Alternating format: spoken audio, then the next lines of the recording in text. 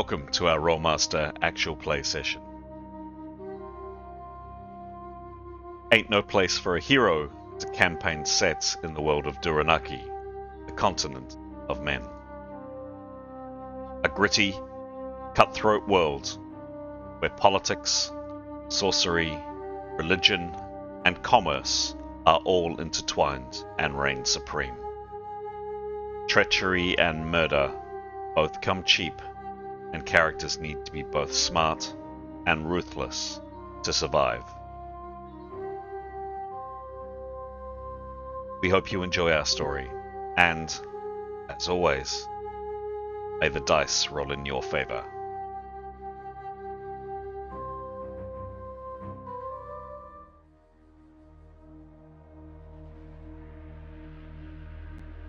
This is episode 137 of Ain't No Place for a Hero. The party have turned their attention back to Tarek Nev and the secrets that Forsaken City may hold. Our story begins at the conclusion of a harrowing battle where some party members have turned against each other under the eerie influence of a ghostly flute played by a sinister, wraith-like figure.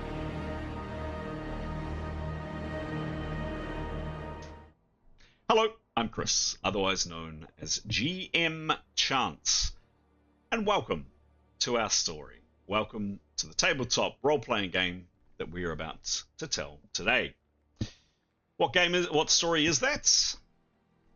Ain't No Place for a Hero is the name of our campaign set in the world of Duyranaki, the continent of men.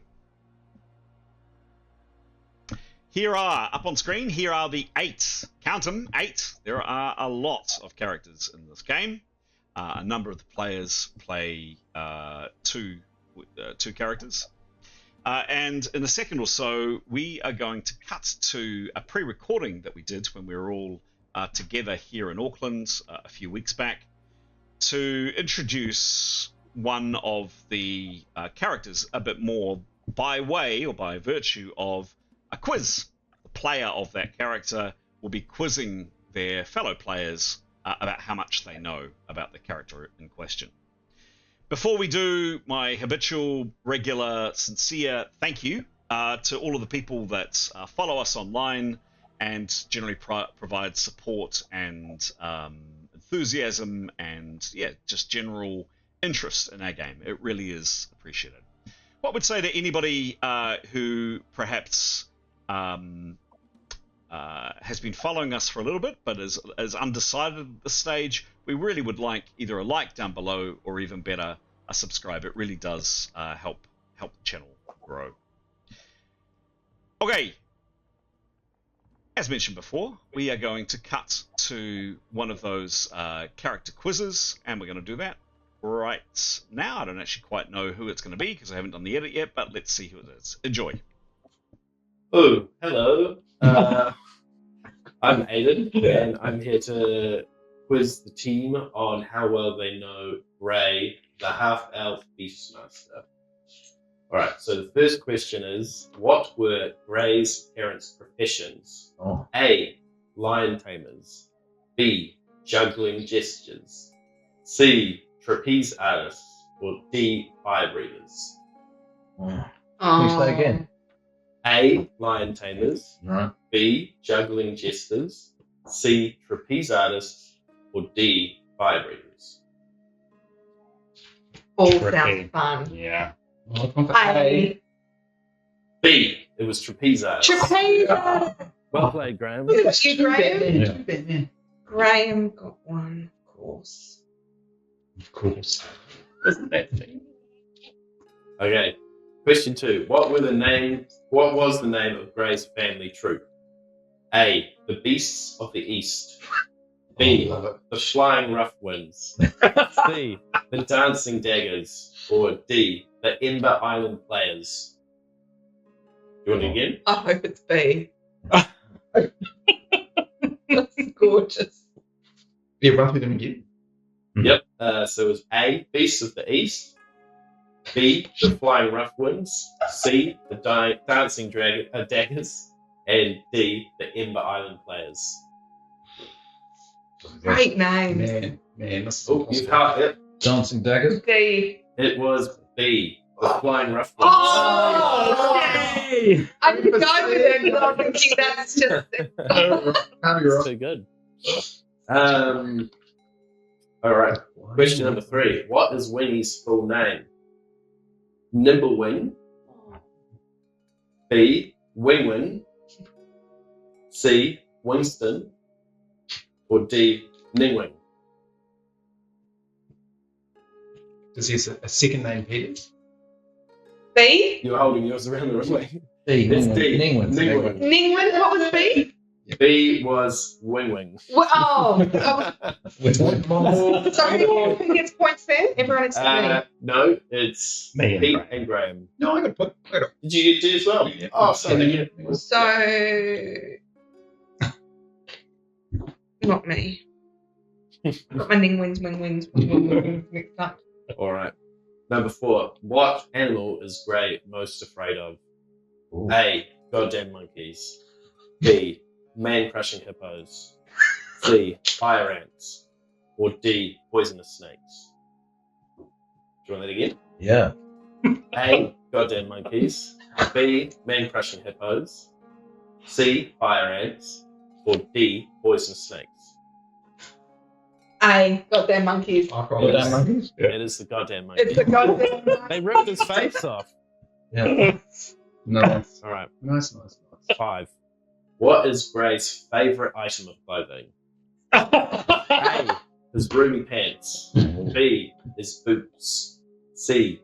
His shiny belt. Or D. Trick question. It's none of the above. He hates clothes. Oh, golly. Say again. A. His roomy pants. B. His boots. C. His very shiny pants. Or D. It's a trick question. He hates all clothes. He hate. No, that. D. Yeah, it's D. Yeah. I was writing hate. Everybody. That's all. Everybody wins. Everybody gets the Right. There we go. Hopefully you found that both interesting and insightful. You learnt a bit more about one of the faces up on the screen at least, and hopefully you found that amusing. We had a blast when we got together in person, just in general, but also recording these quizzes was quite a highlight of our time together. Hope you enjoyed it. Okay, so we do spend quite a bit of time, for those that know the channel well, we do spend quite a bit of time diving into the characters, their backgrounds, who they are as people, really. We think that it makes for a richer role-playing game. And before we play, I send out a few character development questions for the players of those characters each time we play to select one and answer. And today, we're kicking off with Giles. Giles, take it away. Thanks. So, I play Tarquin, and the character question I'm going to answer today is, what is the most dangerous spell your character has cast? And I think you could interpret this question in a variety of ways, but I think the most dangerous spell Tarquin has ever cast is a spell called Leaving 3, which essentially is a bit like teleporting. And it's not that the spell itself is very dangerous, or casting the spell is very dangerous. However, when the party was in Landana, Tarquin went walkabout. Cut a long story short, found himself paralysed in the sun, in the middle of nowhere, and a bunch of ragamuffins come along that he'd taken umbrage with for no reason at all, really, previously, and killed 2 of their mates. They found him, they recognised him, he's paralysed, things are looking pretty grim at this point, and so the reason this is the most dangerous spell he's ever cast is that if he had not managed to cast this spell successfully, I suspect Tarquin would be no more. So dangerous for the slim but very real risk of the end of his existence. So the most dangerous because if it hadn't worked, he was in big trouble. Yep. And with that, I think I'm going to pass over to Pete. Thank you. Dangerous indeed. For Leif, I'm going to answer the question, how does your character feel about other adventurers? I assume meaning the people in the party. Easy one for Leif, really. He likes everyone in the party. he tries to have a relationship, a personal relationship, or tries to take each person as they are and have a relationship he feels that they are comfortable with. So he's not going to force himself on anyone or be matey when someone doesn't want to be, but he does want to engage. He makes an effort to engage with everyone and understand everyone because he thinks people. That's the way his world works. He's centered around people. For Mithan, how does your character deal with pain or injury? She's actually I'm going to make something up here, but I think it works. She's got a tolerance to pain, which is sort of lucky, perhaps. She rolled a background option just called tolerance, which says the description may take 150% of her total hit points before becoming unconscious. That's all the description of the ability is. If that's all right, GM, I'm going to interpret that means, not that it's got any consequence in game, but I'm going to mean that I would interpret that as that she's got sort of a higher pain tolerance than perhaps is normal. But the upshot means that she can take 190, because she's gone up a level. We better update your system, Chris, I think. 190 hits before she goes unconscious. So she's tanky in that way. She can stand it. She can take a bit of a beating, basically, and perhaps that's something that's been built up during her life because she's taken quite a few beatings. Can we please? Sorry. Yeah, great, Pete. Yeah. Can we please pass to Alex? Thank you. I play Keros and Victory. So many questions. I still don't know which one to answer. I love it when there's like 6 and you're like, oh, I don't know which one. I'm going to do 1.5. I just need to say that the question of what's the most majestic beast Keros has ever seen. Come on now. That's grey, for sure. I couldn't let that one pass. But the question, I think, which one am I going to do? How does your character deal with pain or injury? Loudly and emotionally. Keros hates pain. She hates seeing people in pain. It really physically hurts her to witness others going through either physical or emotional pain, and when it happens to her, she just can't cope, and has now come to work out who can help her, who can give her emotional support, who can give her physical healing, although she is a bit scared of Mithan, knows that she's got that support, but obviously loudly everyone needs to know what her situation is, and doesn't do it all well with emotional or physical pain. Nice. Excellent. Yeah? Yep. All good? Aiden, please. Hello. I'm playing 2 characters today. I'm playing Grey, and I'm playing Demos, so I'll start with Grey. How does your character feel about other adventurers? I think at first he was probably a little bit timid, being a man of the forest. He didn't really know too many people, but I think the more he meets people, the more he actually quite enjoys them, especially when there's a bit of mead and some darts. He's also met some rather alluring characters that he's very excited to have met. I think he's got a positive view of other adventurers. Excellent. And with Demos, how does your character deal with pain or injury? I think he's a soldier, so I think he just internalizes it and like white knuckles through it, and then just kind of deals with it once whatever has happened is finished, and he just grits his teeth and gets on with it. Excellent. Thank you. Awesome. Fantastic. One and all. Graham, you were in transit. Are you able to join us now, or should we pass over?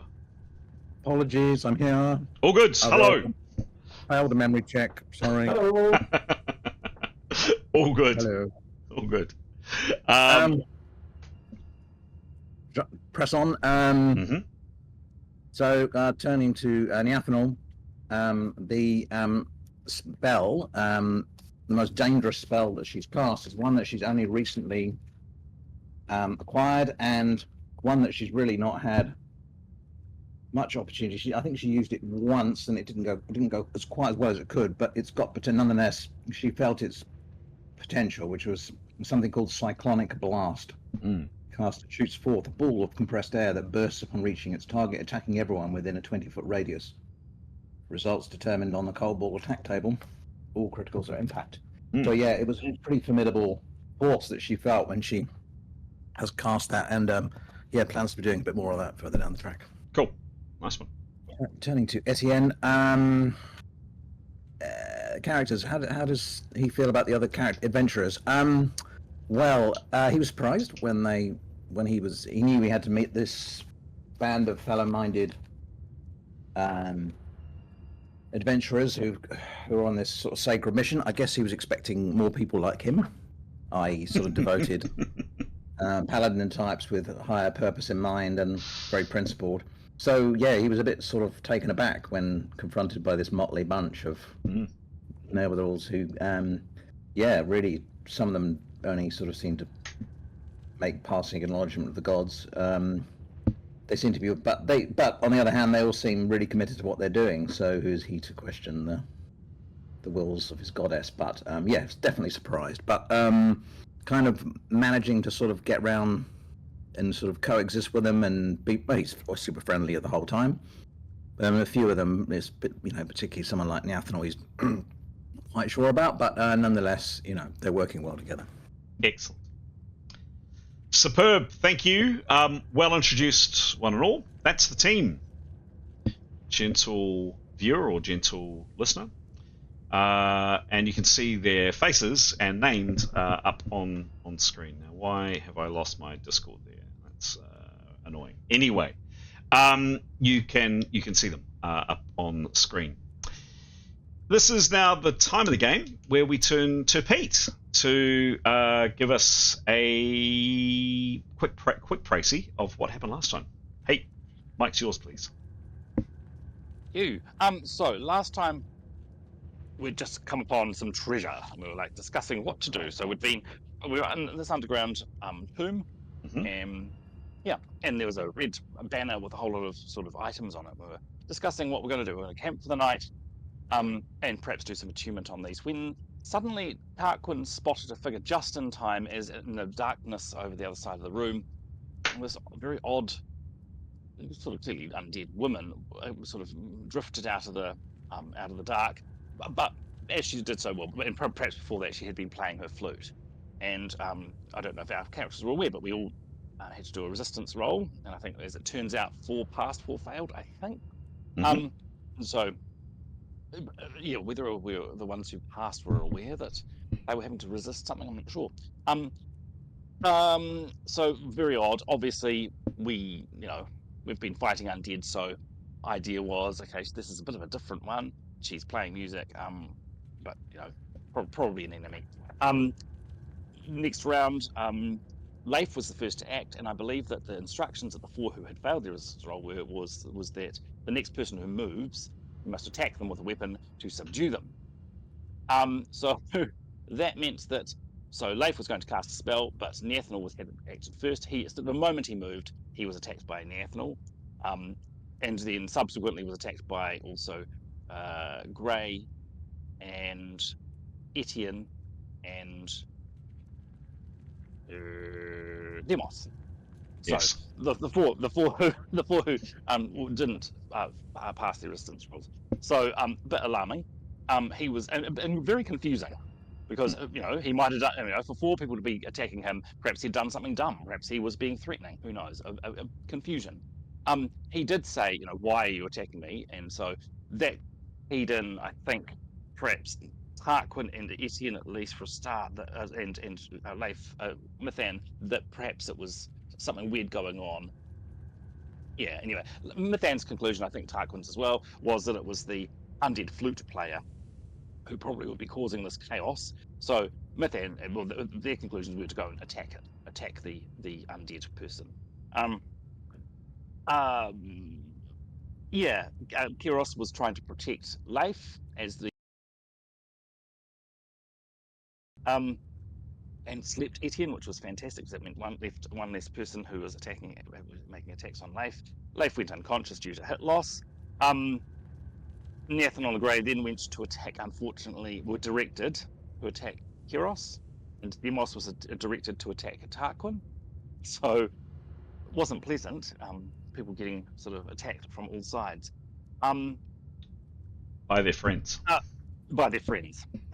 So all of our wonderful weapon skills that we spent levels honing and getting up to quite a high level were being turned against us. It's the nature of the beast, really. Tarquin and Mithan continued to try and attack this thing, which I believe we learned later was called a dirge. But as I say, luckily there was one less person being directed by this dirge, which was Etienne was asleep. Mithan and Tarquin managed, I believe, to, as we found out later, do enough hits to this creature. So it tried to move away from them in one round, but didn't manage to. But then the next round it tried again after they'd successfully attacked it more, and it moved right away and got out of range, so that the control of the other three awakened characters was broken. I think all characters were probably quite shaken. Because Keros was down to her last 4 hits, I believe. I don't know if the Tarquin was in much better state. Leif was unconscious. Did a bit of healing. All quite shaken, I suppose. Perhaps all giving each other this suspicious eye. I think a bit. Perhaps more on that later. We decided we need to get out of here. We were desperately trying to try and open the secret door that Etienne had found in the previous session. I think our conclusion was that perhaps Etienne was mistaken in spotting a door there. Poor old Etienne, that was his triumph. His triumph of perception. And that's pretty much where we're at, I think. Excellent. Thank you, Pete. Excellent summation as per usual. Just a quick heads up from me.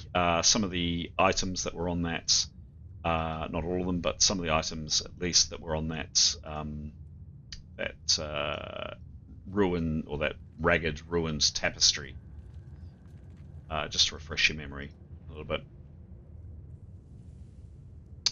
And that had that strange symbol etched onto the breastplate that you saw, and then a very short amount of writing in several different languages. And that was and those items were, here.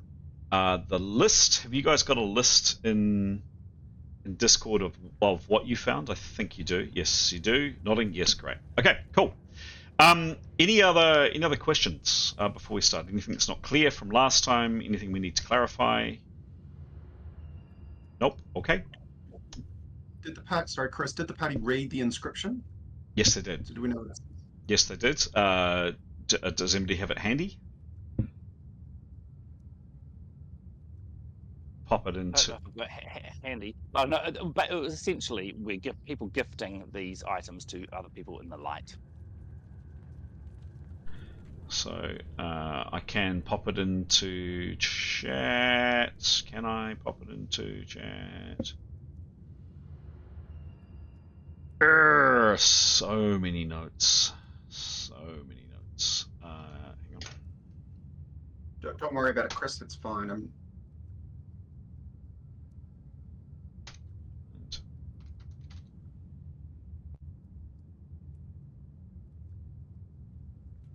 Just want it if I can. No.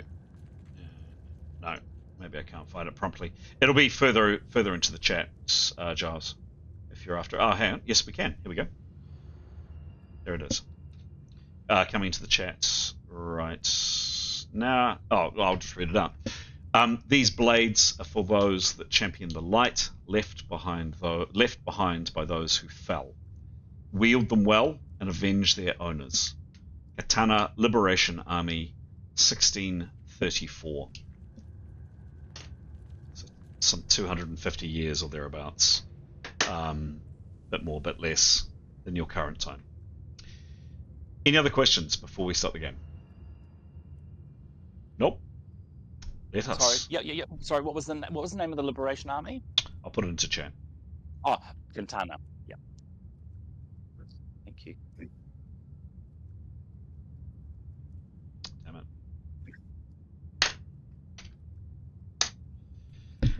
Any other questions? Going once, going twice. Let's start the game.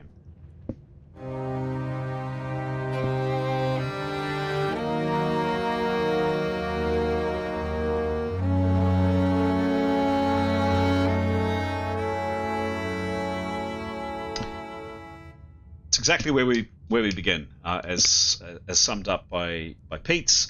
You've all done some healing on each other. Fair to say, some of you at least may be suspicious of other members in the party, your companions that you've known and trusted for a very long time, and suddenly 4 of them have turned against the other 4. You're here. The creature, Mithan and Tarquin, were fighting the thing at this doorway entryway here, and the creature fled into the dark beyond, or drifted into the dark. It's probably a better description. That's where we begin. What do you do? What happens?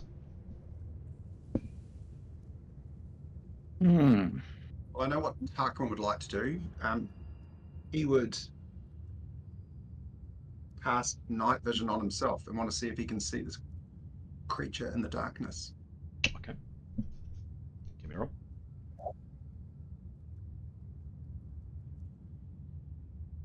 Obviously, prep, waving hands, ready to go. Sure. Fails on a 1 or a 2.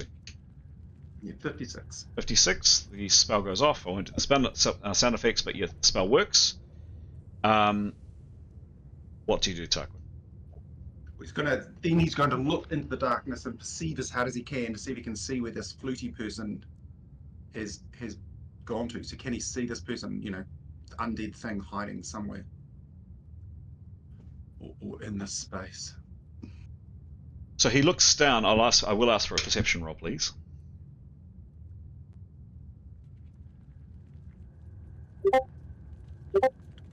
Well, but his 12. perception is good.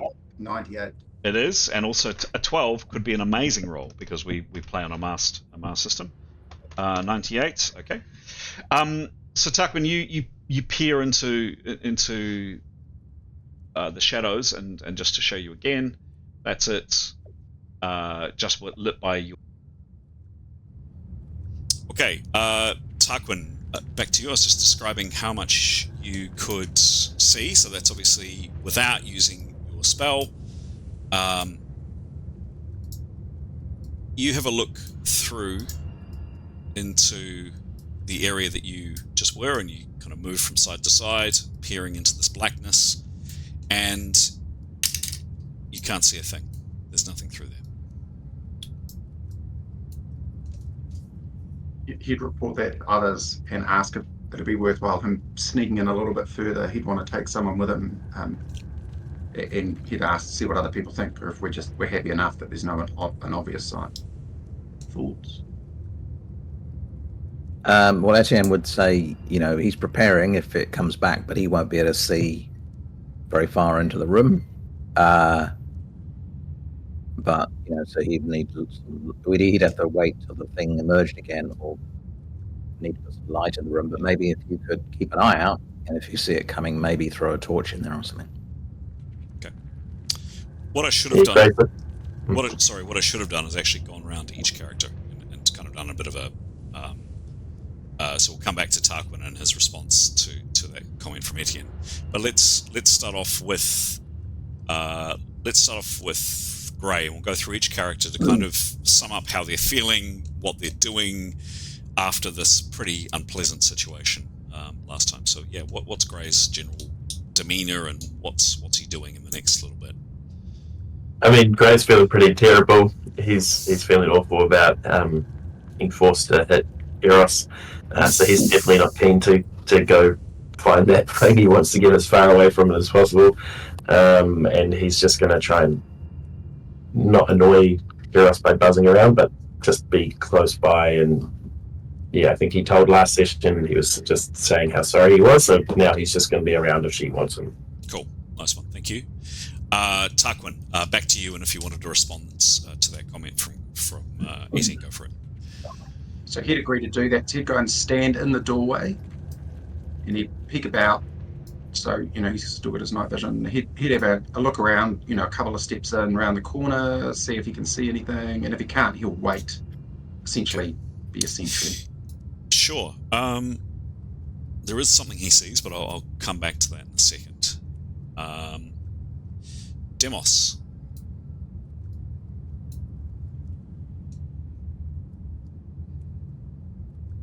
Oh, you're on mute, Aiden.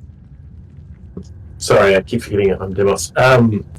Demos is, I think he would also be a little bit freaked out. I don't think he likes it when things take control of his mind. But he would, he probably wouldn't be too keen to go after it either because he doesn't have anything to hurt it or kill it.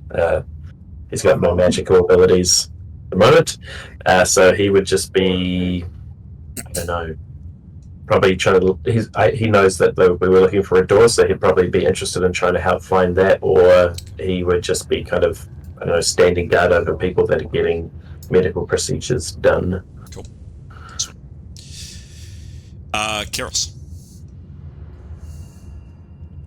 Keros is still very confused about what's happened. Obviously, working through her feelings with Grey.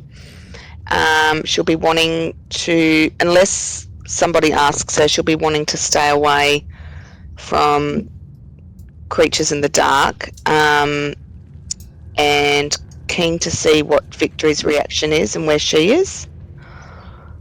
Okay. Victory's just standing really close to you. She's hissed a couple of times at Grey, which is unusual for her. She's up until now, she's really, really liked Grey. But Victory saw Grey hit Keros, and Victory clearly didn't like that. Oh dear. Mithan.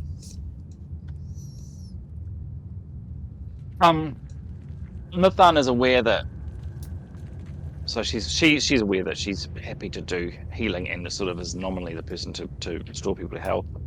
It seems that everyone else is okay apart from Leif. Leif's quite under in hits. She's going to take his lead on if she's happy to heal him more. Okay. Basically, if he wants to, and she's also happy to look at Etienne's door more. She would be on guard. She would have her sword and shield out. If she's not required to be doing anything else. Her opinion, and she would voice it, is that we should be finding a place to camp for the night, a secure place if possible. Cool. You mentioned Leif. Leif is next. What does Leif do? Cool. Leif. Sorry. I forgot from Mithan. I think someone gave an explanation. One of the people who was, I think it was Etienne, or someone described the feeling that they had last time. I think we sort of covered that last time. What actually happened? I think so.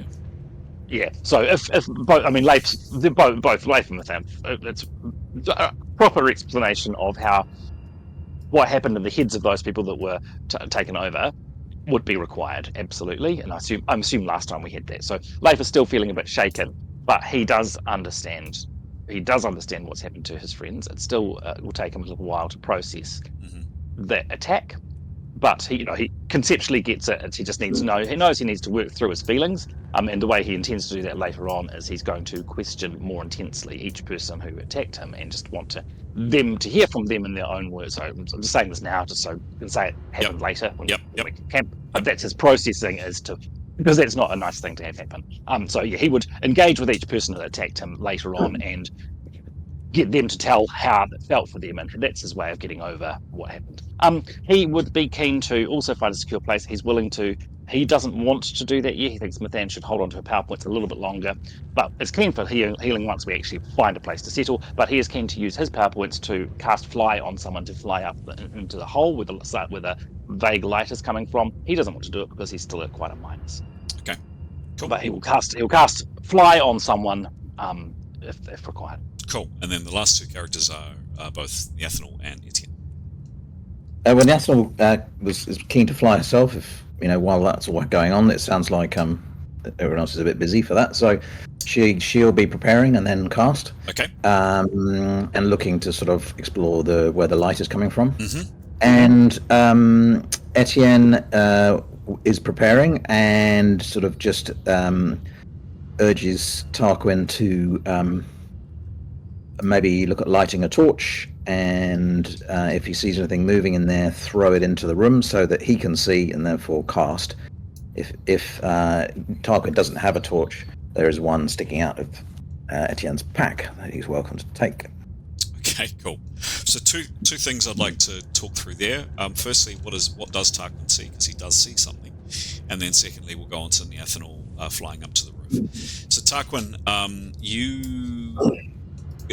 you've taken a couple of steps further into this room,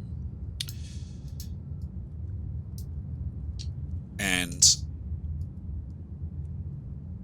you're looking for any movement, anything happening, anything going on at all. And you do notice something that utterly revolts you. You made a really good job. You spent quite a number of minutes hacking these two bodies up in here, and indeed in the other room. And you've placed the parts of these bodies because you had no way of burning them or disposing of them.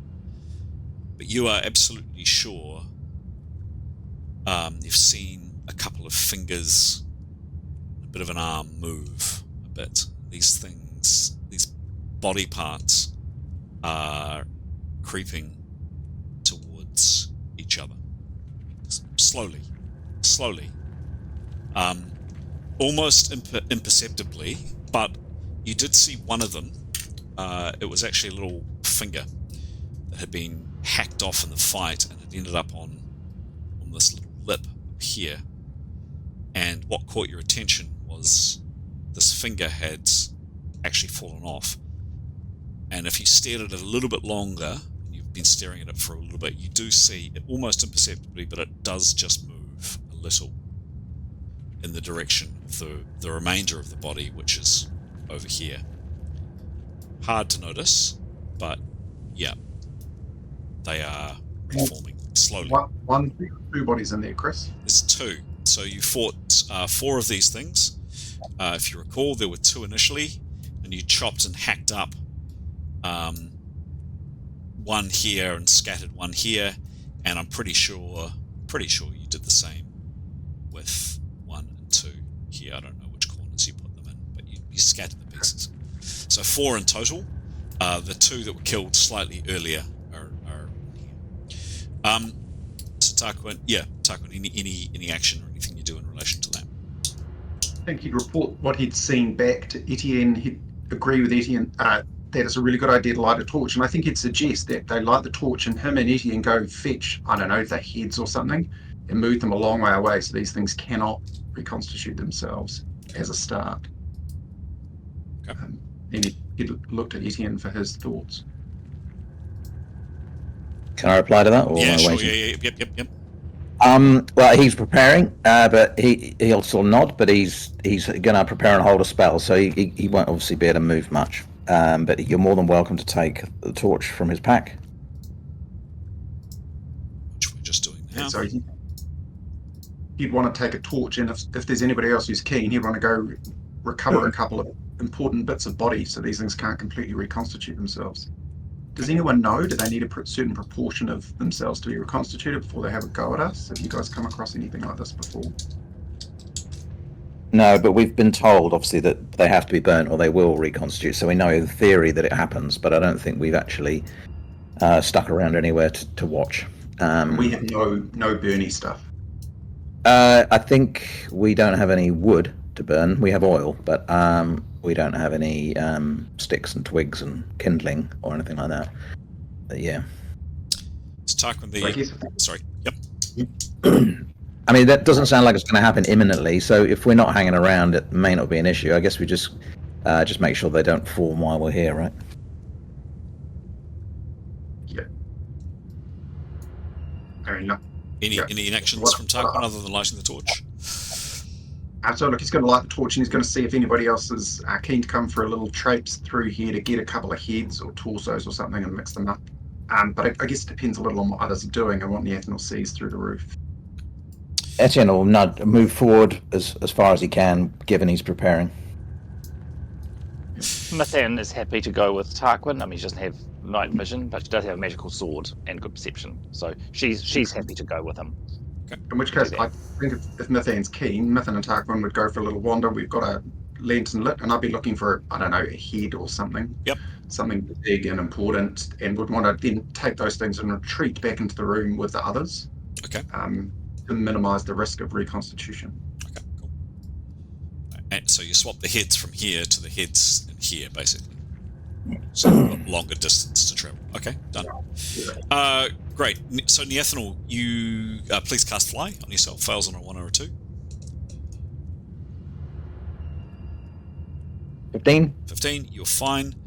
You successfully fly up to the ceiling, and it's tall, easily 40, 50 foot up. And to your dismay, getting up closer to the light, you can see a hole. It would be, the GM doesn't quite have the space to show on camera, but it would be, I don't know, perhaps a foot, couple of foot wide, and different places. It's coming from 3 or 4 different holes. None of them are particularly large, and the light is diffuse, so it's not directly up to sunlight, but there is sunlight coming down from somewhere. But definitely there's 3 or 4 of these holes where obviously parts of the ceiling have collapsed. There's no apparent, there is no way someone your size or yeah, a normal sized person could fit through these. Okay. Well, I guess having cast Fly, she'll buzz around and go through to the other room and just start for the remainder of that spell, just perceiving what she can. When you say the other room, which other room? Where the others are going. Oh, through here? Yep. Okay.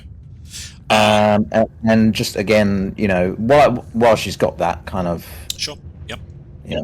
Yep. So she inspects the ceiling. You can see here the remains of you can see the rubble here. It really is this room that has been damaged. The ceiling's completely intact in this room here. Okay. And from what you can see at this height, also in this chamber here, and into this initial chamber you came into here as well. Okay, so I guess she's interested to see. Once her fly spell, she'll regain restart her process of looking for secret doors and passages out of here. Okay. Sure. Give me a perception roll, please.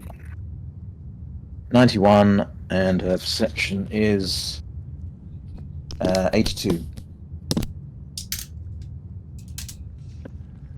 Roll again, please. Oh, roll again. How exciting. Might be down, of course. 41. I'll say 2. So with, I'd say 3 rolls for each room. Which room was that for?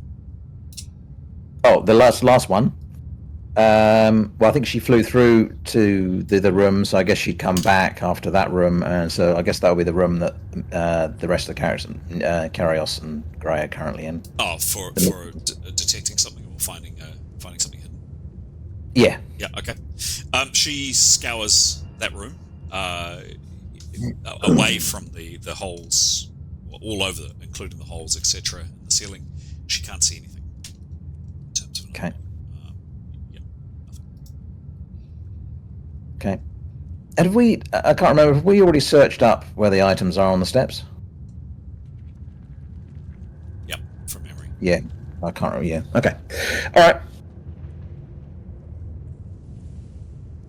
I guess when the healing's done, then we'll think about moving on. And well, when the guys report back, that the coast is clear, I guess. After retrieving heads, Mithan is, and would say to Tarquin, she's keen. One place we haven't looked, I believe, is up the steps that we can just see on screen there. So let's go take a peek. Yeah. So this is the little where we first saw the first 2 zombies. Yeah, I'm not expecting it to be a big room, but we hadn't gone and examined that area. I don't think. Maybe we had. Okay. Maybe No, we we did. didn't. Could No, someone, we rushed on. could someone give me a perception roll, please? Charles.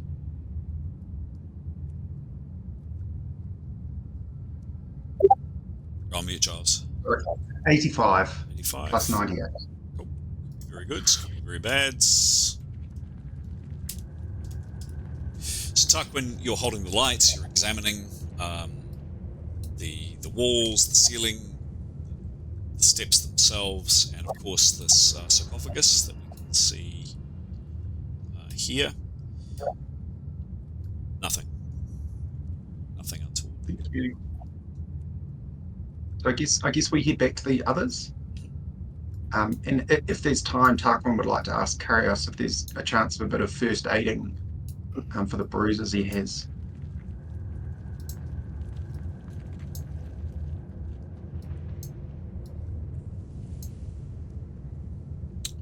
Keros, you're on mute if you're trying to speak. Oh no, sorry, I was waiting for you. Yep, no, all good. Can do that. Got first aid and second aid. Sure thing. Okay. Just a technical question, Chris. Is it first aid would use to reduce the reduction that Tarquin has? You can use both. You can. So for second aid can be used to brace and reduce penalties for either light or medium wounds. It's a light maneuver. Torn ligaments can also be braced, but this is a hard maneuver. That's for second aid. For first aid can be used to bind a light wound and reduce penalties. This is a light maneuver.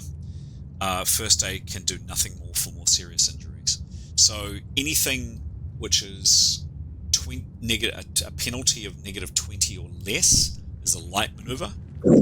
Between 20 and 50 from time. No, I've got it here. It's on that healing and health sheet, by the way. Yeah. 21 to 50 is a medium maneuver, and 51 or more is a severe maneuver. You've got So 3 that means- light maneuvers. Is it 3 light maneuvers for his hit points? Is that what Karios would need to do? Hit points, penalties you're talking about. Penalties, yes. Yes, 3 light maneuvers, 3 separate light maneuvers. So, yeah, Tarquin's keen if you are, Karios. Sure thing. So, in terms of materials, each one takes a bit of time, between 15 and 20 minutes, because you're spending some time tightening it. Hey, does this feel good? Does this kind of work? Equipment needed is either splints or linen or a compress or medical dressing, and then something to pin the bandages. So I don't know what you guys have got to suffice with that. If you don't have that kind of material, you'll have a minus to the roll. Bit of a minus to the roll for not having proper gear. Tarquin doesn't. Does anybody else have a first aid kit or something similar? Medical dressings, linen, something. Spare undergarments. Could that be rejigged? Well, Alex actually knows something about medicine. You tell me. Could you brace a very bad bruise with a pair of undies? I don't know. We've got Well, I bandages. think yeah. Oh, we do have bandages, do we? We do have bandages, yeah. Oh, great. But yes, you could. I mean, it's just a matter of a length of cloth, isn't it? Okay. So, Yeah. give me a roll, please, with your first aid. Unmasked. Okie dokie. 95 Roll again. Oh. plus 57. Roll again, was that? Yes. Okay. Roll. 99. Roll again. Okay. This is nice. I think you're overdoing it. 93. What? Are you sure you're rolling right? Can he go above? Can he go above? Of course you can. Can he hit plus 20? So, and rolling, what was the last roll? 93. So that's Uh-huh. okay. Goodness. And the skill is 57. 57. Got that. Thank you. Okay. Goodness gracious me. 350 or something. Look at the trumpet. So I'm assuming you didn't say which injury you started on, but let's assume you started on the most severe, the penalty of 20, particularly for a roll like that. So, absolute success. Your knowledge of human anatomy combined with your gentle touch enables you to lower the penalty from any wound by 15. Nice work, and it only takes you a quarter of the amount of time. So it only took you about 5 minutes to do it. And Tarquin, your penalty, which was at 20, now is reduced to 5. So that's been halved for you. You're now on negative 15. I would say nice work, Gyros. Very nice work. It's freaking genius. 2 other injuries for Tarquin, both at negative 5. Do I do the same again? Sure. Roll. Yep. Same numbers too, please, Alex. Sure thing. 52. 52 plus 57. Uh-huh. And they were Light lights. maneuvers. Yes, they were lights. It didn't really matter for the previous one, but it does matter now. Light is plus 10. Oh.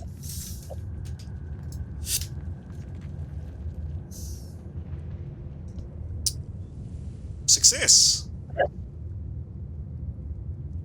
Yay. If the wound has a penalty of negative 15 or less, you lower it by 10. Injuries with penalties of 20 to 20 or 25 may be lowered by 5. Worse injuries are beyond your skill to heal. This only was a penalty of 5. It's now gone. You've got a penalty of 10, Tarquin. I think you'd almost be at the brief cuddle thank you stage. Wow. One more to go, Karis? Yep.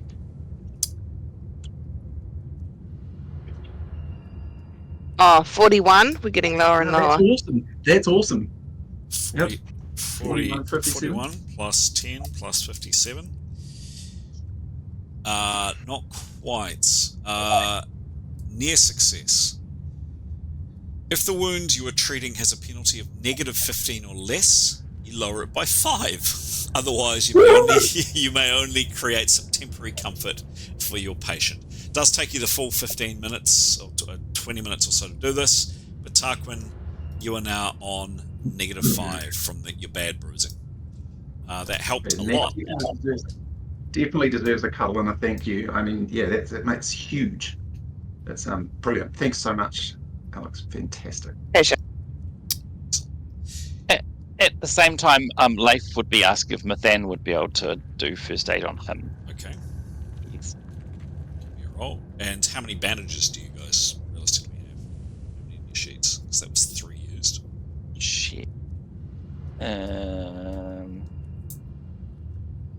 looking.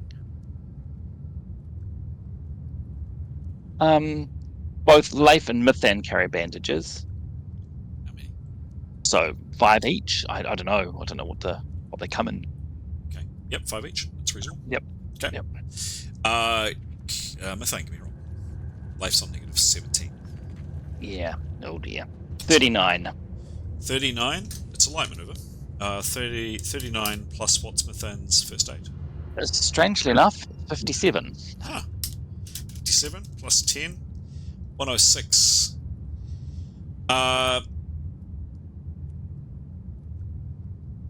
And by the way, you can't keep, as a heads up, kind of once you've done it, you can't just keep recycling until you get a successful result, obviously.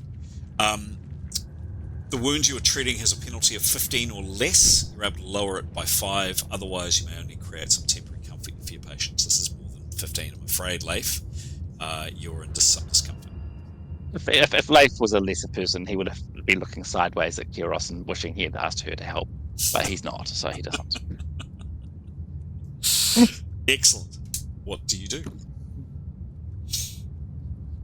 The suggestion is we relocate to a more defensible, perhaps with that repel undead place spell thing, hemp, and stop for the night. See if we can start a fire. That's Leif's suggestion. Yeah. Tarquin Whereabouts? would believe in Etienne. So if Etienne's seen a door, Tarquin would be 100% would buy into that. And would suggest he'd want to look a damn sight harder to see if they could find it, banging, smashing, whatever. Give me a roll, Tarquin, if you would like to.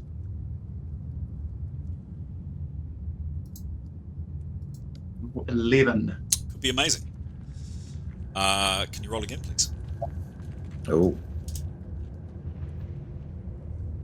54.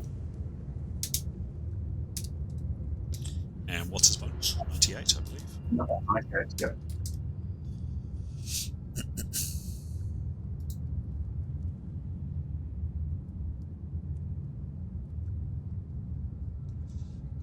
You can't see any door there, Tarquin. Okay. Okay, you relocate. By the sounds of it, I'm going to move the game on, unless anybody else is doing anything else. Yes, nods. Yep. Cool. Yep. Taking all of the weapons, taking all of the stuff. Okay, so you take with you, just to count that up, it's quite a bit of gear. You take a longsword, 3 falchions, a broadsword, a dagger, a greystone box, a broadsword, a dagger, a blackstone box, a spear, a mouldering wooden iron-bound box. A number of these you haven't opened, of course. Blackstone box with a ring on top of it, black ring. A greystone box. A 1-foot iron rod. Plain black ring, which was sitting on the blackstone box. Another long sword. And then some money. Some copper and bronze coins. That's the... I mean, spread out amongst you. You can all carry that, but it is quite a bit of gear. And you retrace your steps. You head back the way you've come, perhaps with the occasional side eye at some of your companions, perhaps not, who knows. Back through into this first room. These creepy, very slowly moving body parts. These ones here were doing the same, by the way. And then back through here, and then the stairs. Nothing, you don't see anything, you don't look at anything, you have weapons out, you're ready for trouble. However, nothing confronts you, nothing offends you. And you then start the long climb up the stairs. That injury, that place on your leg, that Neathnal's blade cut into your flesh, Leif is definitely hurting as you climb the stairs. And you recall they were quite steep and a long way down. It does take you some time as you move your way up, but little bit by little bit, you start to hear the sounds of rain. You'll recall it was absolutely bucketing with rain when you came into this place. And you make your way up, and ultimately find your way back up to where you began, which is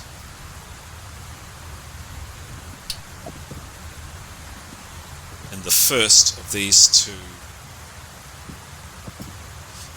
small buildings that you had seen. This one here, to be precise.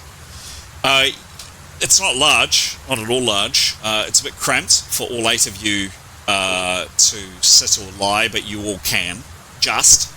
It really isn't a large building. And what do you do now, please? It's your... I think it'd be good, once all the healing's done, to maybe look at doing some limited attunement and decide what we want to prioritize out of that equipment list, and obviously set up watches for the night. Okay. Have you got a list of those bits? Yes, yes, they're in Discord. In the card party. Yeah. Okay. Yeah, main game chat. Oh, main game chat. Yep. Oh, there you go. So what do we think? James is going to grab some more coffee, hopefully if there is some, and back in a second while you have a bit of a chat. So I'll just run through that. Go on. Oh, it's just sorry, just before we do. So the thing is for attunement, 1 hour to 4 hours is a plus. Sorry, under 1 hour is negative 20.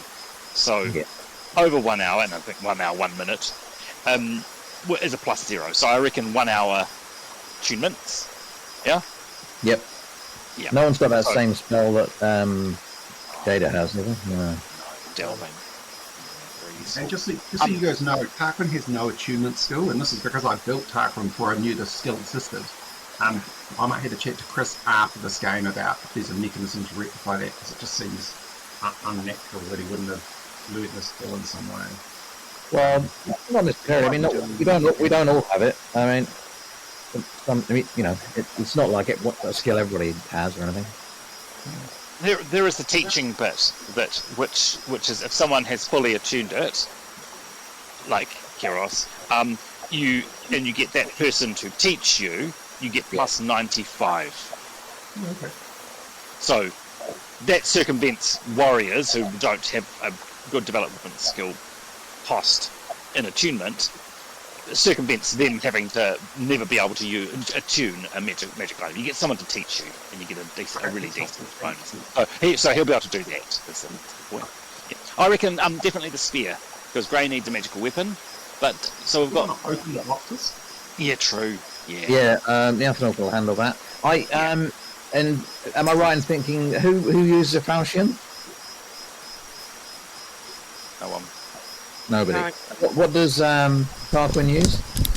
Tarquin has a short sword and a short bow, neither magical, and neither of them are here. He's also got a skill in throwing daggers, but I mean, he's got a knife throw skill of 36, but so, having a bunch of daggers he can biff at people kind of useful. Yeah, it's same with the Amphenol. He uses a short sword, and she doesn't have one either. It might be good to look at the daggers, I'd suggest, that are similar to short swords. Okay. Well, it won't be. It's something, right? Yeah. Well, yeah. I mean, at the moment he's totally useless in battle. Yes, those. As is at the moment. So, depending on what we fight, so that might be one to do is to do the daggers, maybe then. Okay. Daggers and spears. What do we think? Spear. Definitely open the boxes. Yeah. And now, if we would like to look at the boxes, Chris, and we'll do detections of crap. So Tarquin's picklock skill is 48. What's M.E.R.P? Just in case they're locked. 66, but she can open them magically if necessary. Okay, starting with the first box, which is a grey stone box. Looks, do I have it?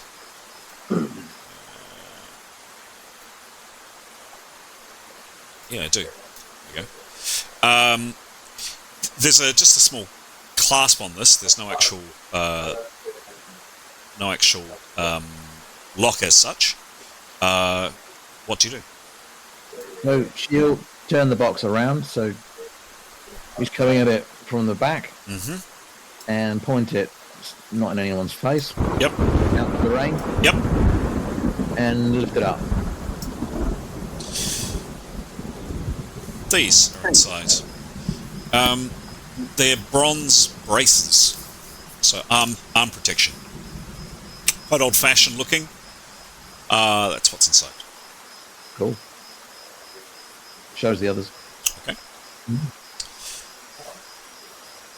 The other containers, there was a black stone box, a mouldering wooden iron box, another black stone box, and another grey stone box. We'd like to work her through all. Next one, black stone box. There's no lock or clasp on this. You find this. A simple platinum band with engraved runes on it. They're the mouldering wooden iron. Sorry? Okay. The mouldering wooden iron box. It is locked, but basically you can pull away bits of the wood and see what's inside, or you could attempt the lock.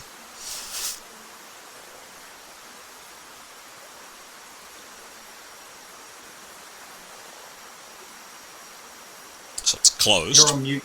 You on mute, Graham. Sorry.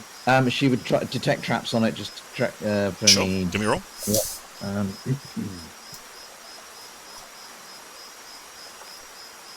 Yeah. 60, and her detect traps is plus 65. Okay. Doesn't notice anything on it. So what can she do? I think she'll use an unlock spell. Okay. So she'll prepare fully, wave arms around, do the rest of that. Yep. And yeah, and cast unlock 3, which is a 70% chance of opening a lock. Give me the roll, please. 6% chance of setting off any traps. Okay.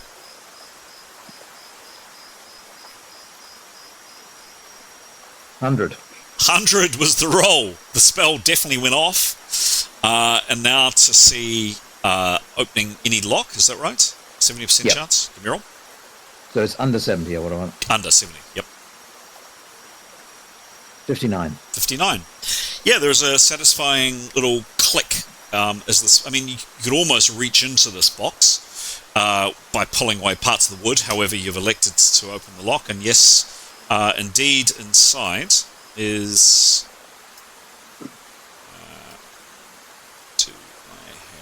Yes, I do. Amulet. Yeah, it looks like exactly like that. Next, there is a black stone box, and sitting on top of it, which you obviously took as well, was a plain black ring. This box here, no clasp, no opening, nothing that you can notice. Opening it up with all due precaution, as you say, inside is a candle. White candle, just like this. And the last object or the last container that you haven't looked at is a grey stone box, very similar to the one that I showed you before. This one also has a lock on it, and it is closed. She'll rinse and repeat. Sure, give me a roll.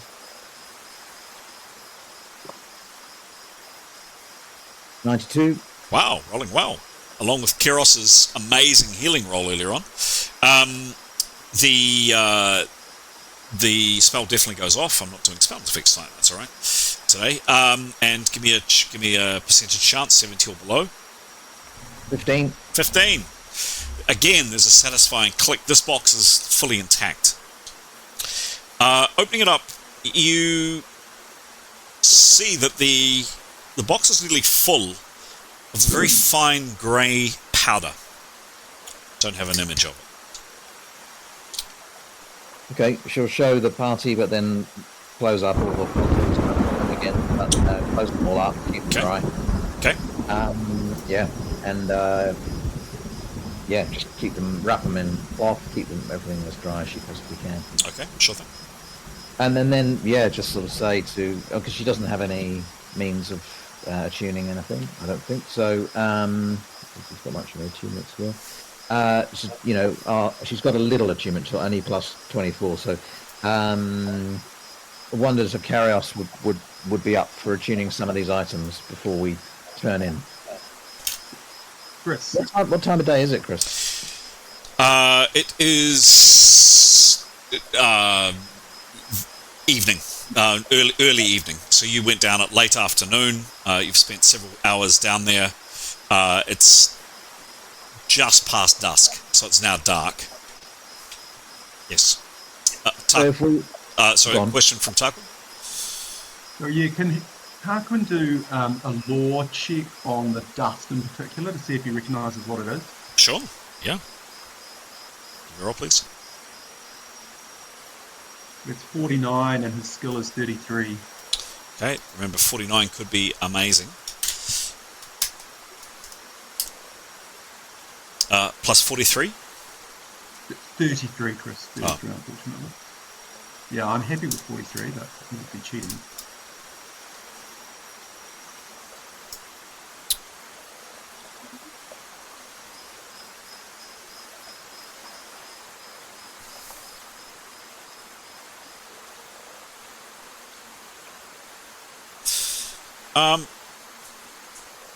Yeah, Tarquin, you think...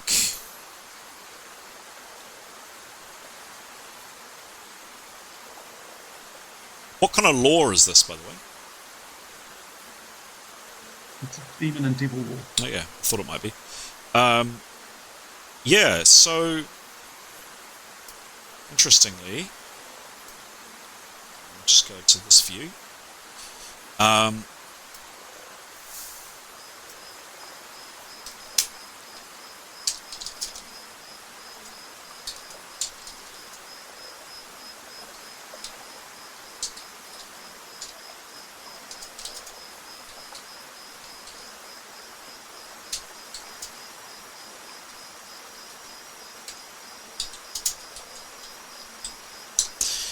Into Tarquin's chat now.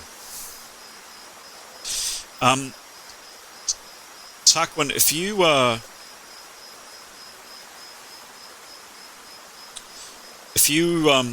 so you get that information from it, Tarquin, you can try again in 3 rounds with contemplation. I'll give you a bonus to try again if you wished. He absolutely will do that, yep. Yep. Give me a roll, please. Another roll. I just need to go back to the main game channel.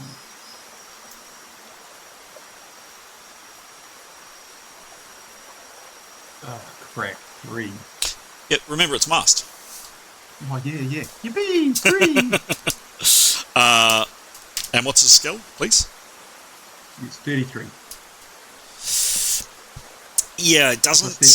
That juicy 150 bonus you're going to give me. Yeah. It's pretty much the same result. You think...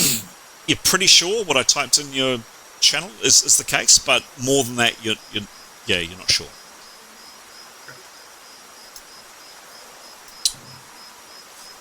Thank you. Yeah, what do you guys do?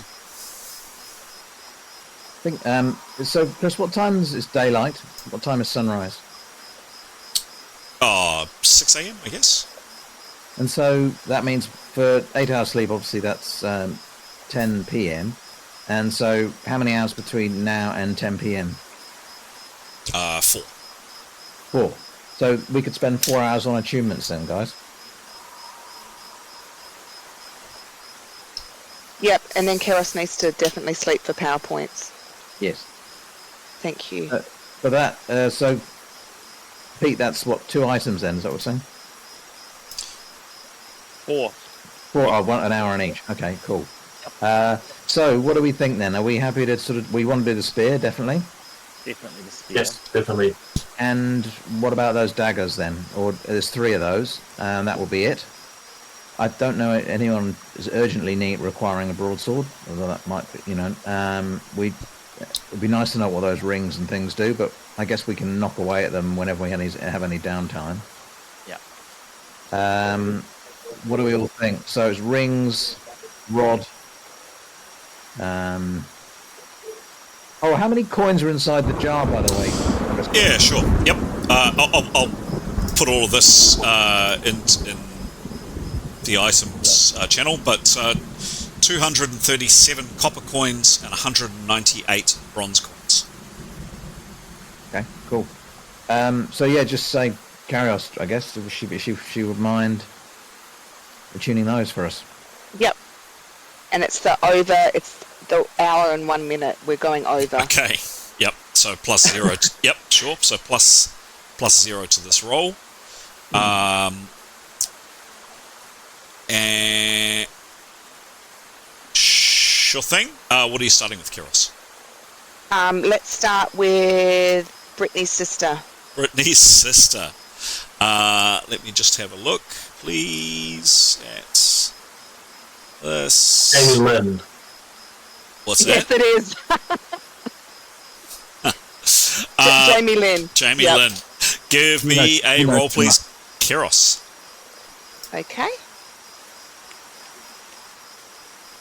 It is 71 plus her skill is 103. Wow. Is 71. she good? 71 plus 103.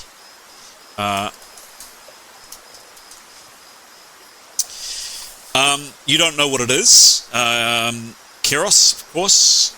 So there's a penalty on that, and there may or may not be some other penalties. But I'll put into your channel what you discover, Kiros. You may or may not wish to share, depending on. This is the spear, by the way. And I'll go into this view so people can't see the sneaky stuff that I'm putting into Kiros' channel. Here we go, Kiros, coming in first off. Okay. Whoops. Come on.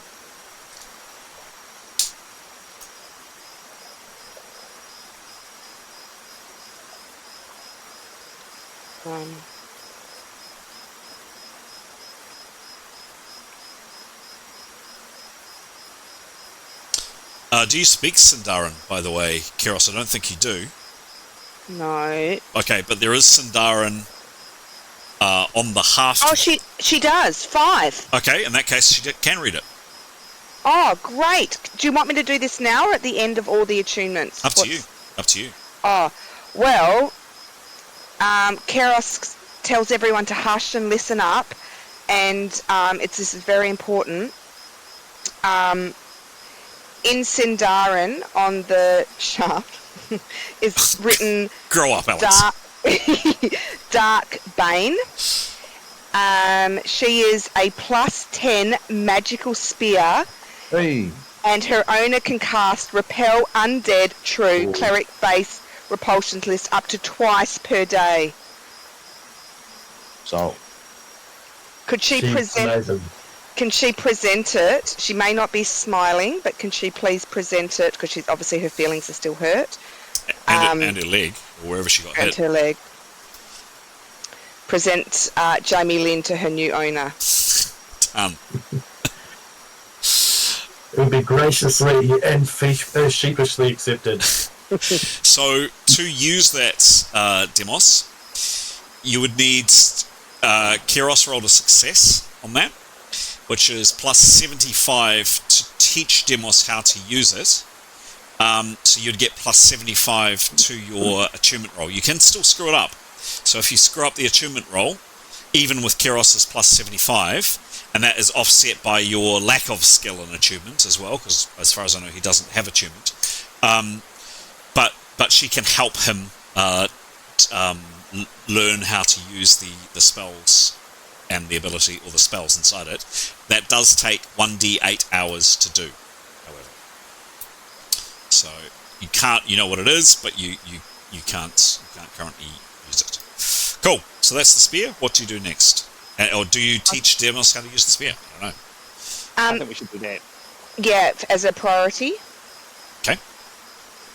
But so does that mean I roll? Sorry, you go. This will take 1d8 hours, so it could take most of the evening. As a heads up.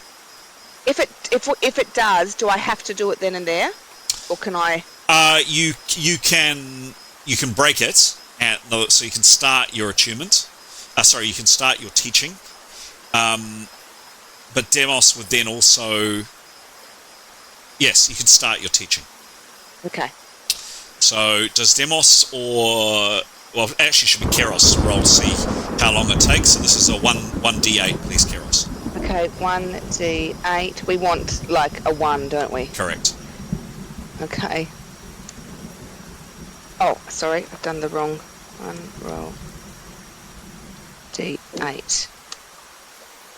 3. 3 hours. So that would take you up till 10 p.m. Do it. Yeah. Can we do it? But Keros doesn't then need to sleep fully for her hit points.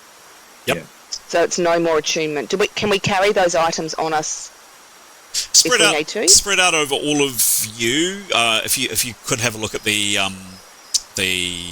tracker, please, Graham. You're very good at sorting out weights, etc. Yeah. You should be able to carry them all. That is quite a lot of gear, however, so you'll be laden down a bit. Can I ask a technical question, Chris? So in a situation like this, presumably we won't take the boxes, but we'll take the contents. Does that lighten the load? Yeah. Yep.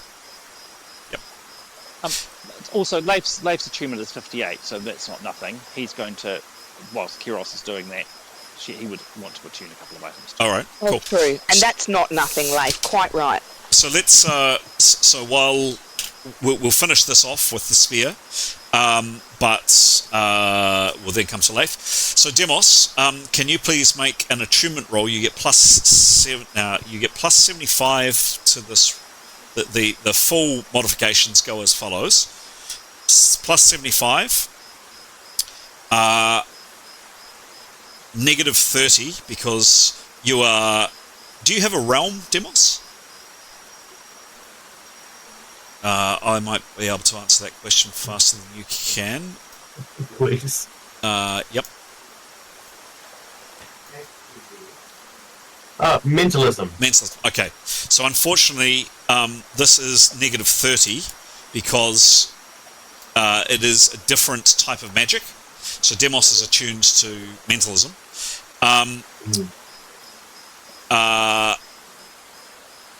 You do know what the item does, so you get plus 20 for that. So you're currently on 65. Now the question is, Demos, what is your attunement skill? You're not trained in it, but what are the stats for attunement, please?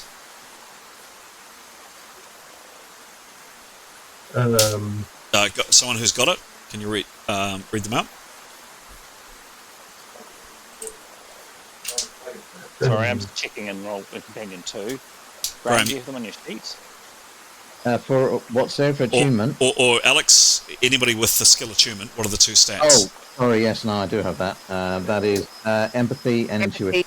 Yes, sorry. Yes. Great. Demos, what is your empathy and what is your intuition, please? Plus 7 and plus 4. Okay, not awful. That's 11 divided by 2 is minus 5. So you have negative 20 to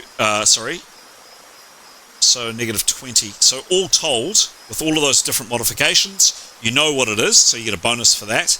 However, the flavour of magic is different from yours, so you get a minus for that. You don't have a skill, but you do get your scats offset. You end up with a plus 45 to this roll. So What do I need to get? you need to get 111 or better. Ooh, So okay. no pressure. No pressure. Okay, I'll roll now. Give me a roll. 47. 47 plus 45 is a 92. It's not an awful roll.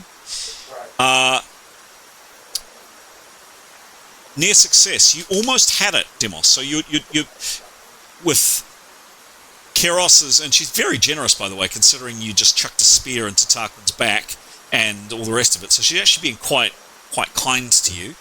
You almost had it. You learn how many spells and abilities it contains and what they are. If you wait 24 hours and meditate on your attempt for 2 hours, no other activity, you can try again with an extra plus 10 bonus.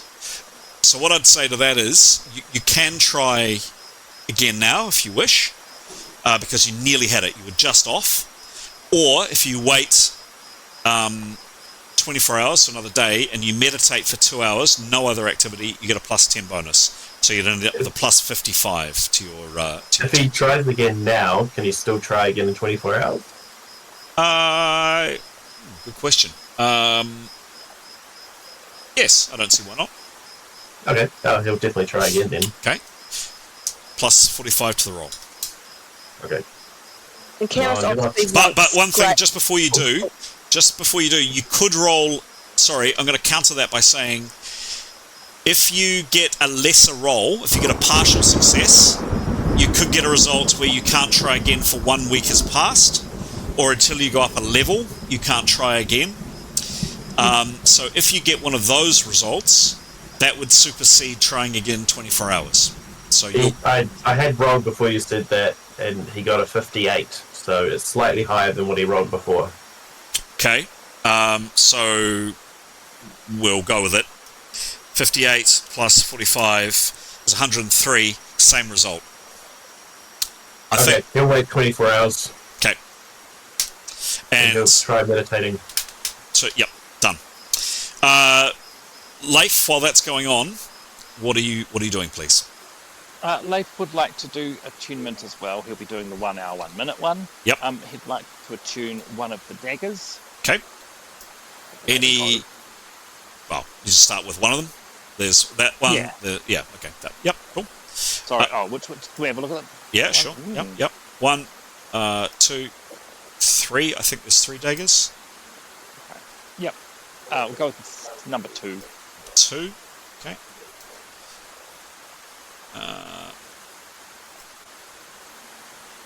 Number 2 dagger. Sure thing. Give me a roll, please. That's a 90. Would be amazing. It would not be amazing. What's the skill? His skill for attunement is 58. 58, cool. And he is essence, correct?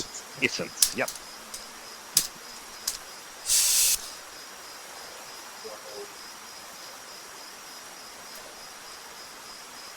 And he would openly share whatever the result is. Okay. If he.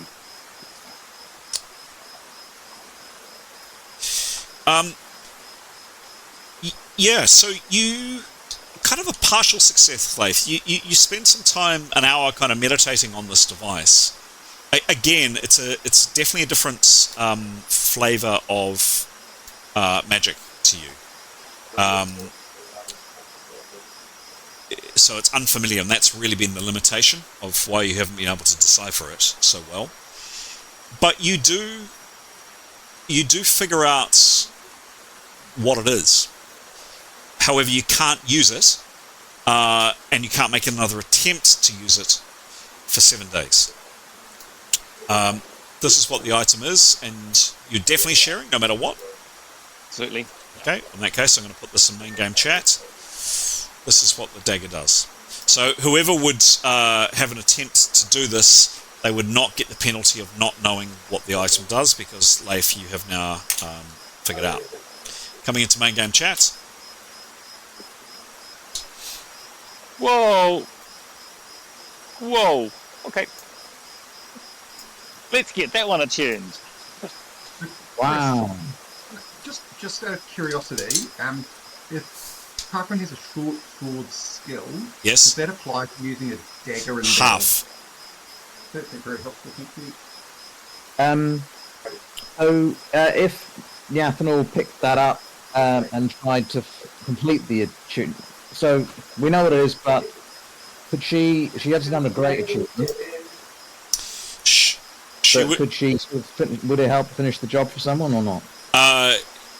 It might do. She would get a plus 20 because she knows what the ability is, but offset because it's a different flavour of magic to you by negative 30. So you'd have a negative 10 to the roll. Overall, probably yeah. Because if it goes wrong, that would mean with a negative 10, that would only be a plus 14. What do you think, guys? Wait for Garrett to attune it. Yeah, She can attach, I think. Is it worth her having a crack at the other third dagger, do you think? She's out of time. Sorry? She's out of time. She hasn't done anything yet. Oh, no. Neathanol, not Peros. Oh, Neathanol, sure. Yeah. I was asking the group. Plus 24, is it worth it, do you think? Yes. My idea with Leif doing this is if he for exactly this result. You know, he's not. I'm going to choose items he's not really intending on using himself, perhaps. Right. To see if he can have a go at figuring out what they are to make it easier for someone else, or to know if it's something. Okay. All right, we shall have a go then. Okay, there's 2 other daggers that you can choose from. You can either choose this dagger or this dagger. Whatever. First one. That one? Yeah. Okay. Give me a roll, please. 21. 21. 24. Could be very good. 21 plus 24. Minus 30.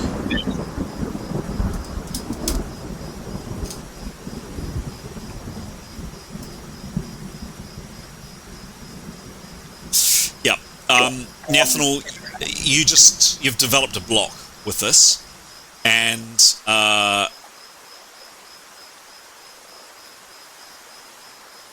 you've developed a block on this item, and any further attempts to try to figure it out are automatically going to fail. You've got no idea. All right. Okay. Worth that. Cool. Anybody else doing anything? I would like to try and tune the candle, please. Okay. Again, this is the hour, so you've got. Yes. Okay. Yes, please. Yeah. Give me a roll, please. 77. Plus. 58. Okay. He's aware that the ring might be involved as well. If it's sort of.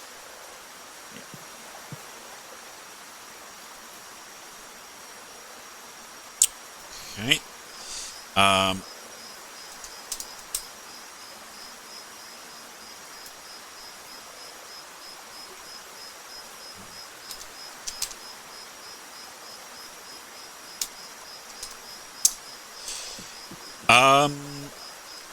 Bingo.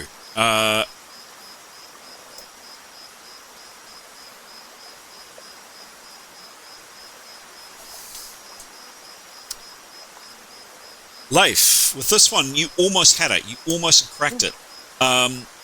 You learn how many spells and abilities it contains and what they are. If you wait 24 hours and meditate about your attempt for 2 hours, no other activity, you may try again with an extra plus 10 bonus. You do find out what this candle does, and it does the following. That's something. That's a good start. Again, are you definitely sure you want to share with everybody else? Absolutely. Okay, cool.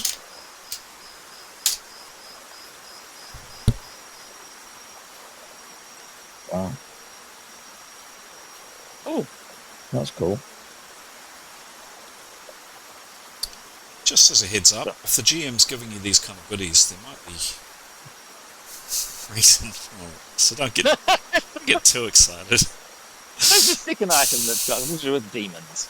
Oh. Cool. Any other actions I should be aware of? Sorry. Oh, I was just going to say, if we want, Gray has an attunement skill. If we want to attune anything else, maybe see if there's any PowerPoint multipliers or anything. Spear number 3. What's that? Have we done all 3 of the daggers? 2 of them. One. Ray could do the other one if this time. Okay, sure. Yeah. Okay. Give me a roll. He's gonna wail and flail. Well, doesn't work on attunement. Different. He's just gonna do it anyway. Okay, sure. Yeah, give me a roll. 38. 38. It could be amazing. Could be less than amazing. Cool. What's his skill, please? Plus 27. Okay.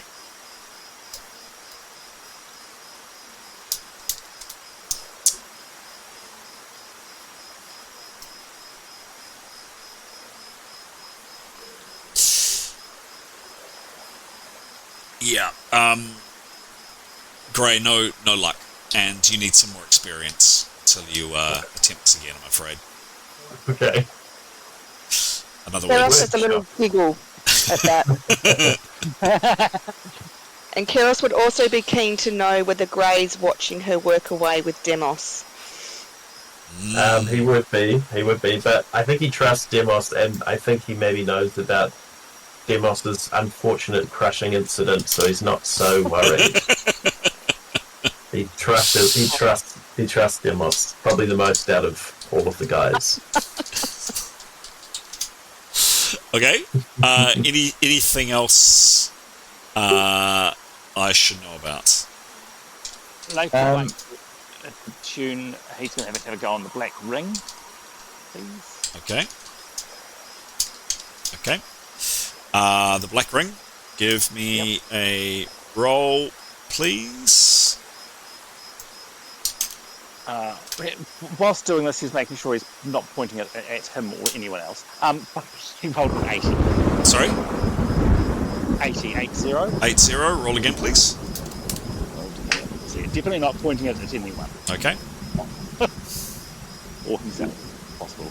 66. It's a killing crit. And... Oh. Sorry. 66. Okay.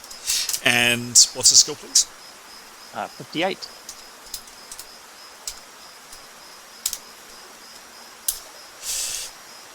Success. Oh, sure.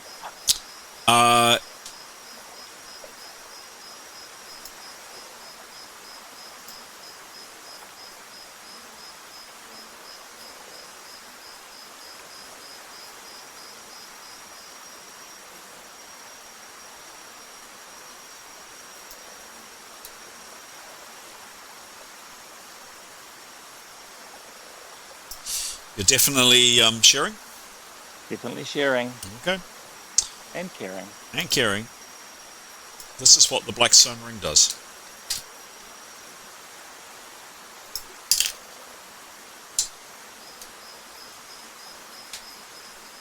Oh. Oh, okay. Andy? We're in so much trouble. Yeah. He'll definitely share that. He's attuned it. If anyone else, he can use it, I assume. He can use it. Yep. Okay. Cool. I'm replying to these as a record. Sorry. I'm replying to them in our chat. Yep. Because I always forget who's got what. He would share that with everyone, but he may as well be wearing it for now until if someone else has got a claim on it, he's welcome to teach them. But for now, he's happy to put that on his finger. Cool. So you now have plus 10 to your DB. Pete, I'll adjust the my little sheet here. So your DB normally is 19. It goes up to 29. Can I check? That's DB. That's not for initiative, isn't it? Still Correct. 19. Correct. Yep. That's exactly what I was thinking. Any other actions I should be aware of, guys? Sorry, Leif would make that clear. And this is just my Leif and Mithan's attitude towards to items. He's attuned it. He's wearing it for now. It's not his. It's whoever needs it, whoever wants it. If someone else has got a claim on it or wants to. That's the way both of them would see sharing items. Leif is going to. Sorry, while I'm talking, Leif is going to have his little chats with people. So instead of tuning it for the last hour, Vinny by his time, he would go and talk with Gray and Etienne and Nathaniel and Demos and debrief them on what the situation, what happened earlier in the day, and just get find us peace with that. Okay. That's what Leif would do. Mithan would be, before she goes to sleep, she's keen to use up the last 16 power points to cast 4 more healing spells on Leif. Okay. I think she should do that. And Mithan, whilst there's the 4 hours of attunement going on, she'll be looking for wood. She wanted to make our place more defensible. She'd see that she could find any dry wood at the room. Even if it meant going back down to the tomb to get any wood that was down there. I don't think there was. There wasn't. The other little tomb. Yeah. If there happened to be anything, she'd do some foraging if that's required. She wouldn't go far, of course, but she's wanting to see if she can find anything for us to make a fire. Okay. Or to help. Great. So we'll go around. I'd like each person to kind of sum up what they're doing in the next little bits, if they haven't already been attuning or whatever, and then we'll play that out with fun. So let's go through the list. Let's start with Gray. Gray, you've done some attunements. Anything else you're doing that I should need to be aware of during these 4 hours? He's just going to be, I don't know, trying to catch Keros's eye. and just being a little bit bashful. Okay. Yeah, just maybe chatting to Wiggy and just kind of, yeah, he's not doing a whole lot. He's maybe a little bit, I mean, he's on the edge, of course, always on edge, always looking for trouble, but apart from that, he's just going to be chilling and then going to bed. Okay. Okay, done. Thank you. What about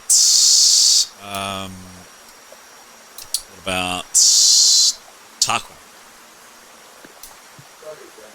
So he would want to be contemplating that dusty box. I'm not quite sure how to do this, Chris. What he wants to do is he's got a history skill. He kind of wants to spend time thinking about his knowledge of history. He's extremely well educated, and what this might mean for this dusty about. I don't know if a memory check or if it's a history skill check. He wants to do something like that. So he wants to spend time working this through. He's a half elf, and then he sleeps 6 hours, and obviously he's happy to stand guard. And I think we've got a night watch here, as per the night watch. Okay. Sorry, the thunder interrupted some of your comments there, Tarquin. I picked up that he was wanting to do something with history. Did you say? Say that again, please. He wants to check his history. So he's well educated. He's learned a lot about the gods and history. He wants to interrogate his memory about the dust and how he might be able to put this all into context to understand it as well as he can. Yep. Then he's going to sleep and stand watch. Okay.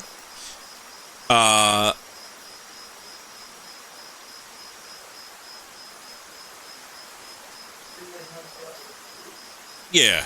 So I'd say he could probably give another roll, perhaps the next morning after a bit of sleep. But yeah, give me a history roll, please. Last. 52. 52. It's nice to use a skill I thought I'd never use. Yeah, totally. Oh, okay. What's his history? His history skill is 43. Oh, hang on, let me just use 43. 3. I'd also combine that with his law skill as well. And you know that, his law skill? Remind me again, please. He's 28. 28. Okay. Yeah. So you do learn well. You delving into your memory banks.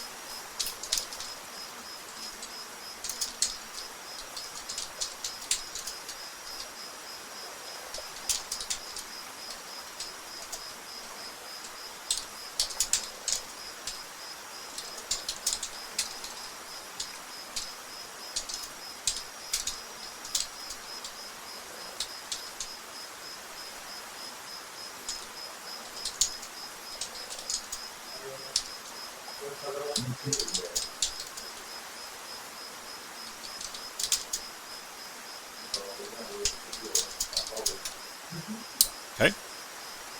That's in your channel now, Tuck. Okay.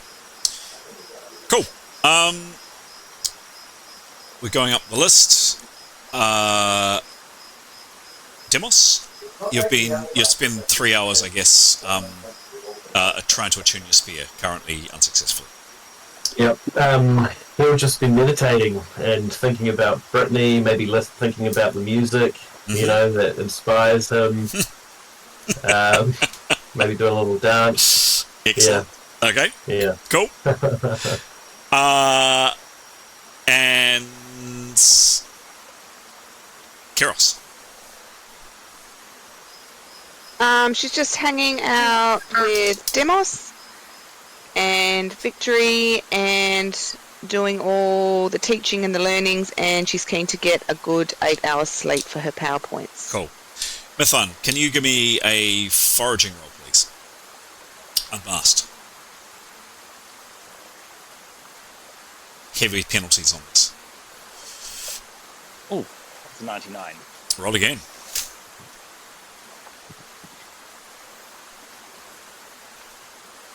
That's 38. It's 38 plus what's her foraging? 63. Wow.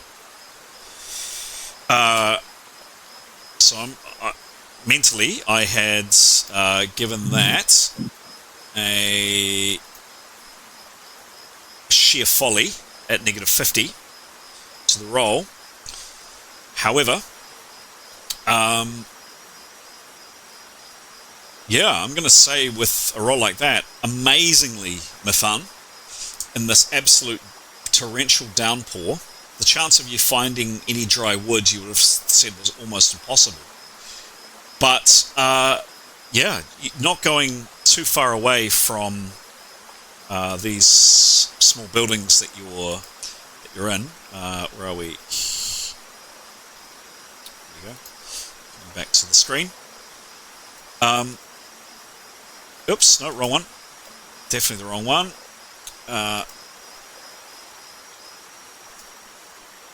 Why is that not going up on my full screen? There we go. And that's not what I'm meant to be showing you either. That's okay. That one. There we go. Strange that I didn't do that. Yeah, going a little bit further down here, actually, very, very close to where you're looking. There's a whole chunk of rock, and incredibly, this overhang of rock has quite a lot of timber in there. It's not absolutely dry, kind of moisture, etc., but it will burn. Not a lot of it, but you probably get at least 4 hours worth of fuel. That was an amazing roll in this absolute torrential downpour. But yeah, you've got enough in there to probably get a small fire lit. Now, if you were outside, I'd ask for some kind of survival or foraging roll to actually try to get a fire lit here. You are about to light a fire, however, in a small room with a small door. You'll call what you want to do. Not sure that we'd be lighting a fire. I think it's a good option to be able to have a fire to burn undead Okay. All right. at some point, whether that's now in the morning and we burn the stuff that's downstairs. And the group can have a discussion about it. But yeah, no, we don't want to put fire in our confined space. All right. So, Cool. but good to have the option. Great. Cool. Leif, what are you up to? Oh, sorry, and Nathan was doing healing on Leif. Oh, yep. Give me a roll. Yep, doing the waving and the touching and the. Yep. Yep, that's another 99. Wow, you guys are rolling well. Okay. Spell goes off. How many hits does Leif get healed? 20. That spell. 20. You're up to 65. Leif, out of your 140. Oh, and he's gone. Let's check.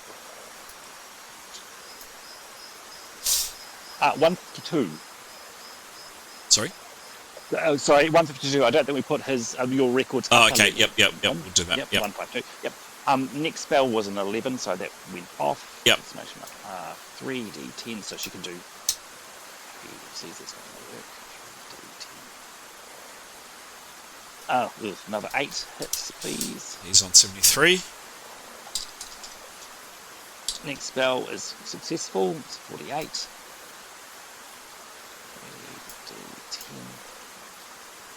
3d10. Another 19 hits. Wow. Okay.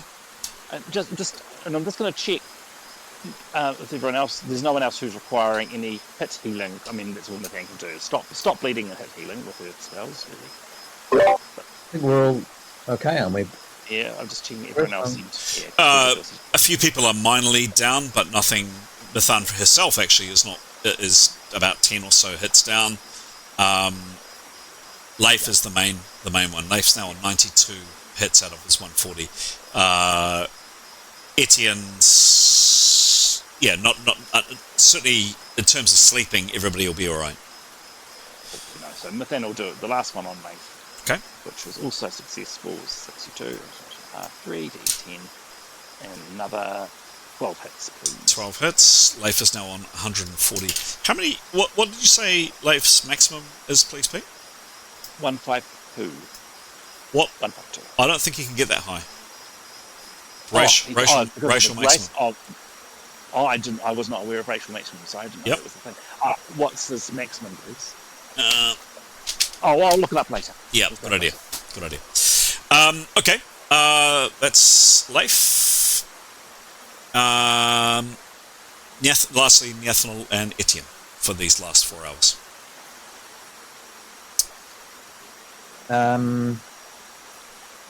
Well, I think for the last 4 hours. You mean just while they're awake? Correct. Before you start your watch at 10 p.m. Oh well, they'll obviously sleep. There are lots. I put a little table in the chat about watch, unless anyone else. Yep. Objects. When she's awake, obviously she'll be staring out and keeping an eye out for what's going on outside, as will Etienne. Sure. And when there's 2 people and there's somebody... Yeah, I'm not asking about watch, I'm asking about anything that they do before they go to sleep, before watch starts. Looking at revising spell lists. Okay, cool. Great. Fantastic. Do you need me to name those? No, I'll leave that up to you. If you've got them and you can read them, you tell me if you've got them handy. Only if you've got them handy. Don't worry about it otherwise. Oh yeah. I know. I can't. I have got them written down. Okay, that's cool. Okay, cool. So the watch begins at approximately 10 p.m. Question from the GM. This is our last session for the game. For the year. Graham, you were away when we were determining that we're not playing next Sunday. So this is the last session. There are a few things that I really want to get to today. Just checking time, but to help me plan out the rest of this session, we currently have half an hour more to run. I'd be keen to play on more of today. Can other people play, or do we need to finish at 1? Giles, I know you've got a commitment at 1, but you may be able to listen in. What are others like? Yeah, that's what I'll do. Is I'll turn my camera and sound off. I'll listen while the kids are around. I mean, we're going to cook and eat lunch, right? So if there are specific things, I'll bob in and out if needed. Others, if you have, guys, no worries, but just checking and seeing. I'm sorry, I do have people arriving at 1. Okay. I'm around. I can continue to listen. Sure. I mean, I'm here. No plans. All right. I can probably go until 2 if we have to. Okay.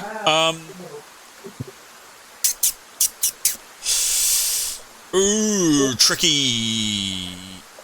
I'm reluctant, Pete, to play without you. It's fine by me, but Be fair, Chris, I'll be listening, but I'll probably miss a bunch of stuff. I mean, I can see the kids for an hour and then Tia's to go. So yep. Let's crack on. And Chris, can I just as I've got it now, maximum for half elf D is 150, so it's only 2 points. Yeah. It's only cool. Yeah, great. It doesn't matter. Yep, cool. Yeah. Okay. Okay, just thinking what we're going to do. Yeah, okay. We are going to do that. All right.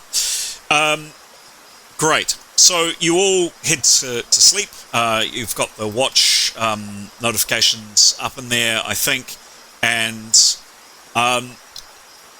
you kept down a thoroughly uncomfortable night. Some of you are hurting and bruised from, frankly, injuries caused by your very own companions. However, just check one last thing.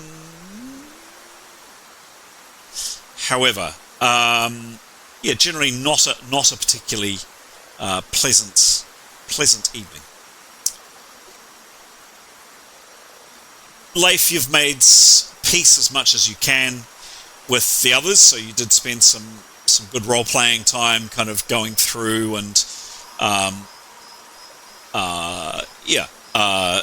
speaking to your erstwhile companions, kind of trying to figure out what they saw from their perspective, etc., etc. But some good news. Now, just quickly, guys, I'm just doing some mental arithmetic in my head. I think we're going to play on for a bit longer, Pete, if that's okay, and Giles. We're going to... Yeah, we will play on a bit. Elaine, guys, maybe until 2 p.m.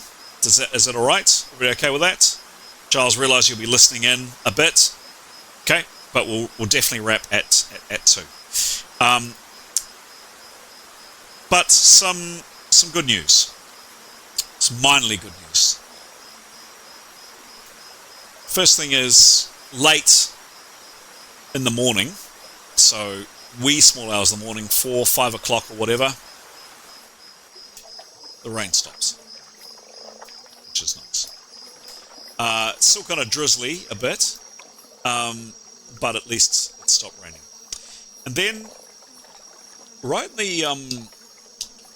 the, probably an hour or so before dawn, who's on watch, please, for that last little bit? Neathanol. Great. Neathanol, no perception roll required, but you're peering out of the door, and you can see, now particularly with the rain having stopped, your vision is a lot better. And some way off, not massively far from what you can make out, you see flame. Firelight, perhaps? Relatively close by.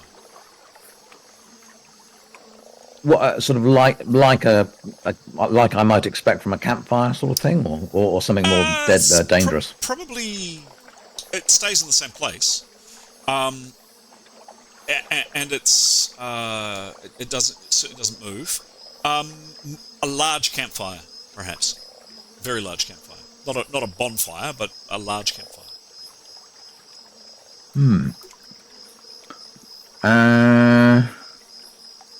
Okay. I guess she could. She can't really go because she's the only one on watch. That's unfortunate. Oh, I guess she could go. Yeah. Okay. She would like to prepare then and turn herself invisible.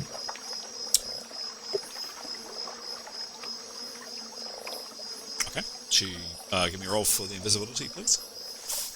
Just to check, if I wake anyone else up, they won't get their PowerPoints, will they? So I can't do that. Correct. Yep. I'd sleep later.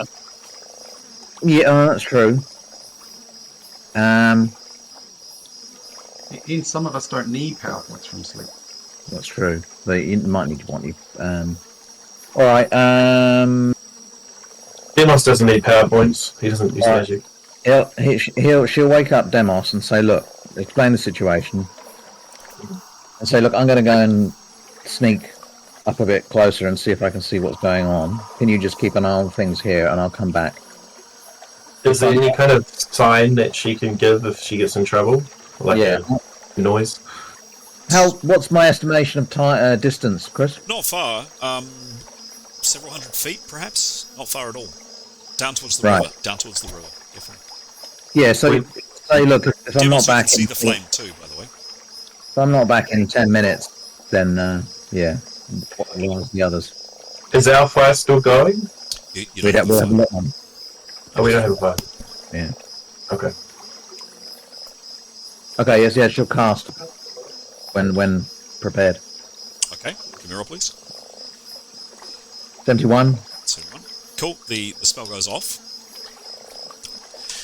So she becomes invisible. Yep.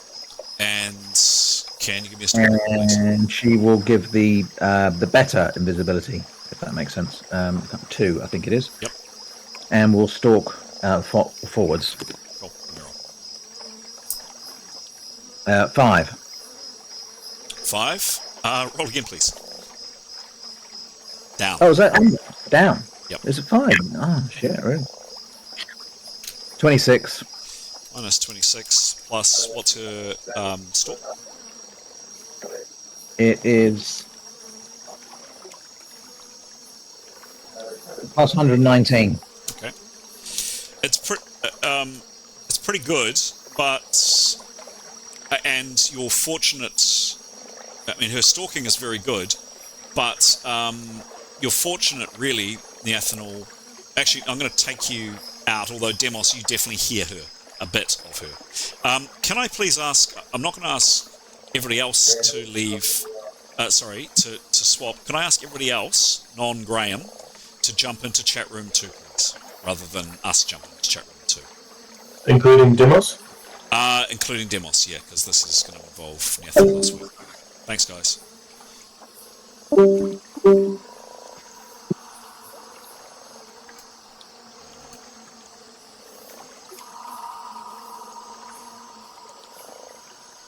And Pete? Sorry, am I supposed to be in another room? Yes. Sorry. Thank you. So, Neathanel, you head off, and you're fortunate because you don't do a great stalk roll. That you're mainly just going over kind of mossy rocks to get you back onto the road. So there isn't a huge amount for you to make noise on, but you're not very quiet. You're definitely not very quiet. You know you're not very quiet. You sneak back down onto the road, and yeah, sure enough, just quickly just check my map.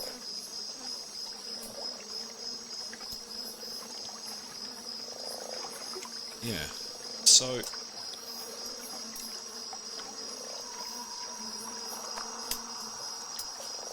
oops, oh, damn it.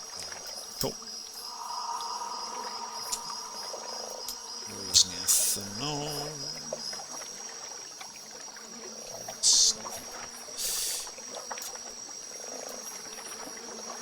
So, bring the screen up now. Yeah, she really wasn't that quiet, but she's come down, and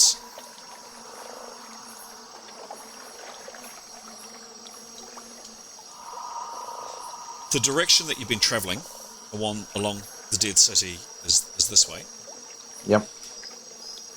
Over through here and some bushes quite close, and across that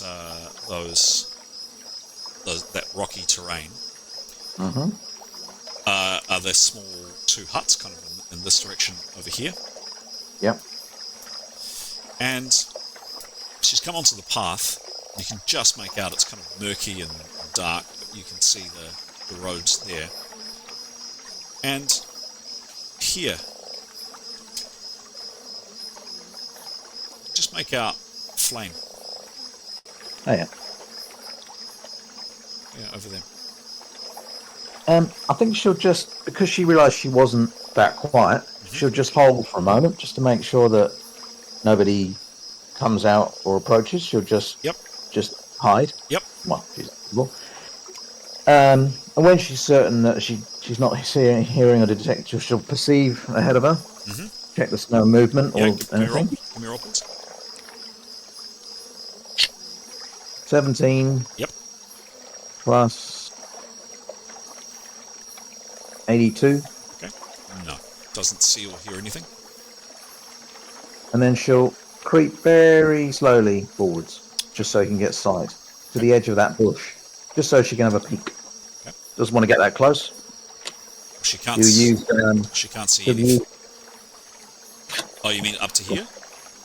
I guess so. She can get. She doesn't want to get that close. She wants to get a clear view of the fire. Right. So she can't see anything there. That's what she can see.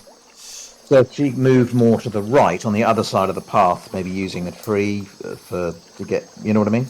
So maybe the distance is increased, but she's got some cover. Although she doesn't want to step on anything that's going to make it more detectable. Right. So she will need to come down to, at least if she stays on the path, down to about here to actually get a proper view. She really can't. There's stuff obscuring her vision, lumps of stone and bushes, etc. here.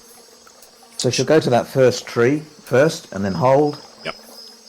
And then wait for a little bit. Yep. See what she can see from there, and then maybe go further. Okay.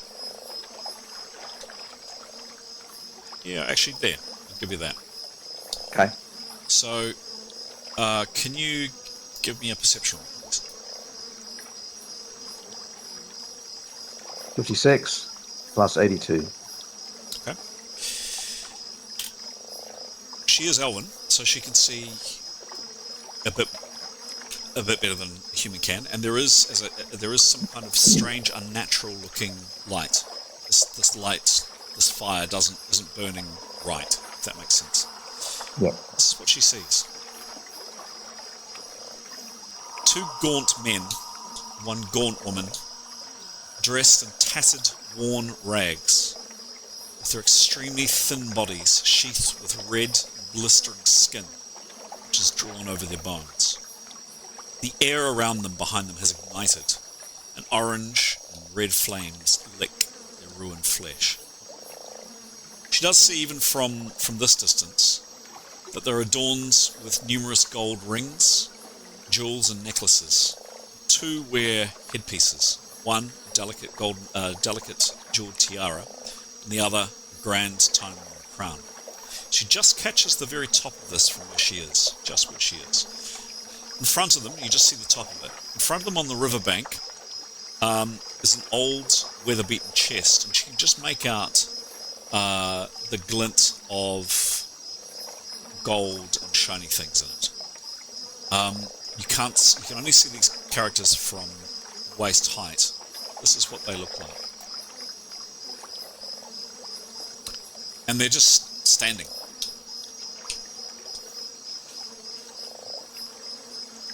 Just standing. Stock still. With this flame behind them, burning. So they're not actually in the flame, it's just behind them. Probably their shoulders and their heads and part of their backs are in the flame, yeah. Right. Nasty.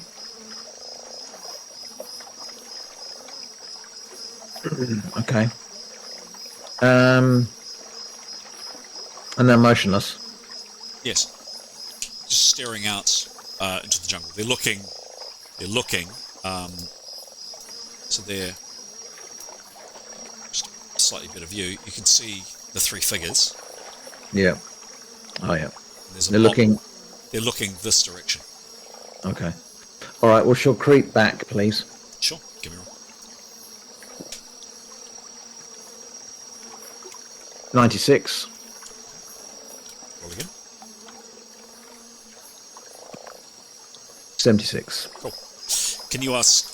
And she gets back just fine. It's a very short distance, so the distance we're talking about, by the way, is kind of like that's the fire that you can see. The little buildings are kind of over here. Okay. Could you head back? Go and get them? Yeah, I'll go and ask them to rejoin. Thanks. Sure, yeah.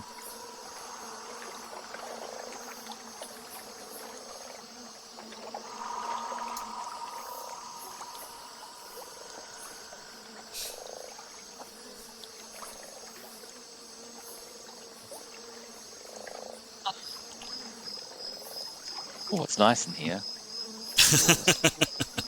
Excellent. So, Demos, you're standing there alert with your spear out, and Neathnal's headed off to do something sneaky and Neathnal-like, and suddenly this, I'm assuming, tell me otherwise, Graham, but this voice from the gloom says, or doesn't, perhaps, you play it, Graham. Neathnal would whisper to Demos, I'm back. I'm going to walk, get out of the opening. I'm going to walk back up in. Can you just let me in? Okay. So she'll sneak back in, and she's going to explain to Demos only, because everyone else is asleep, what she has seen. She said, look, very close from here. We have to keep our voices right down. And there is an unnatural fire burning.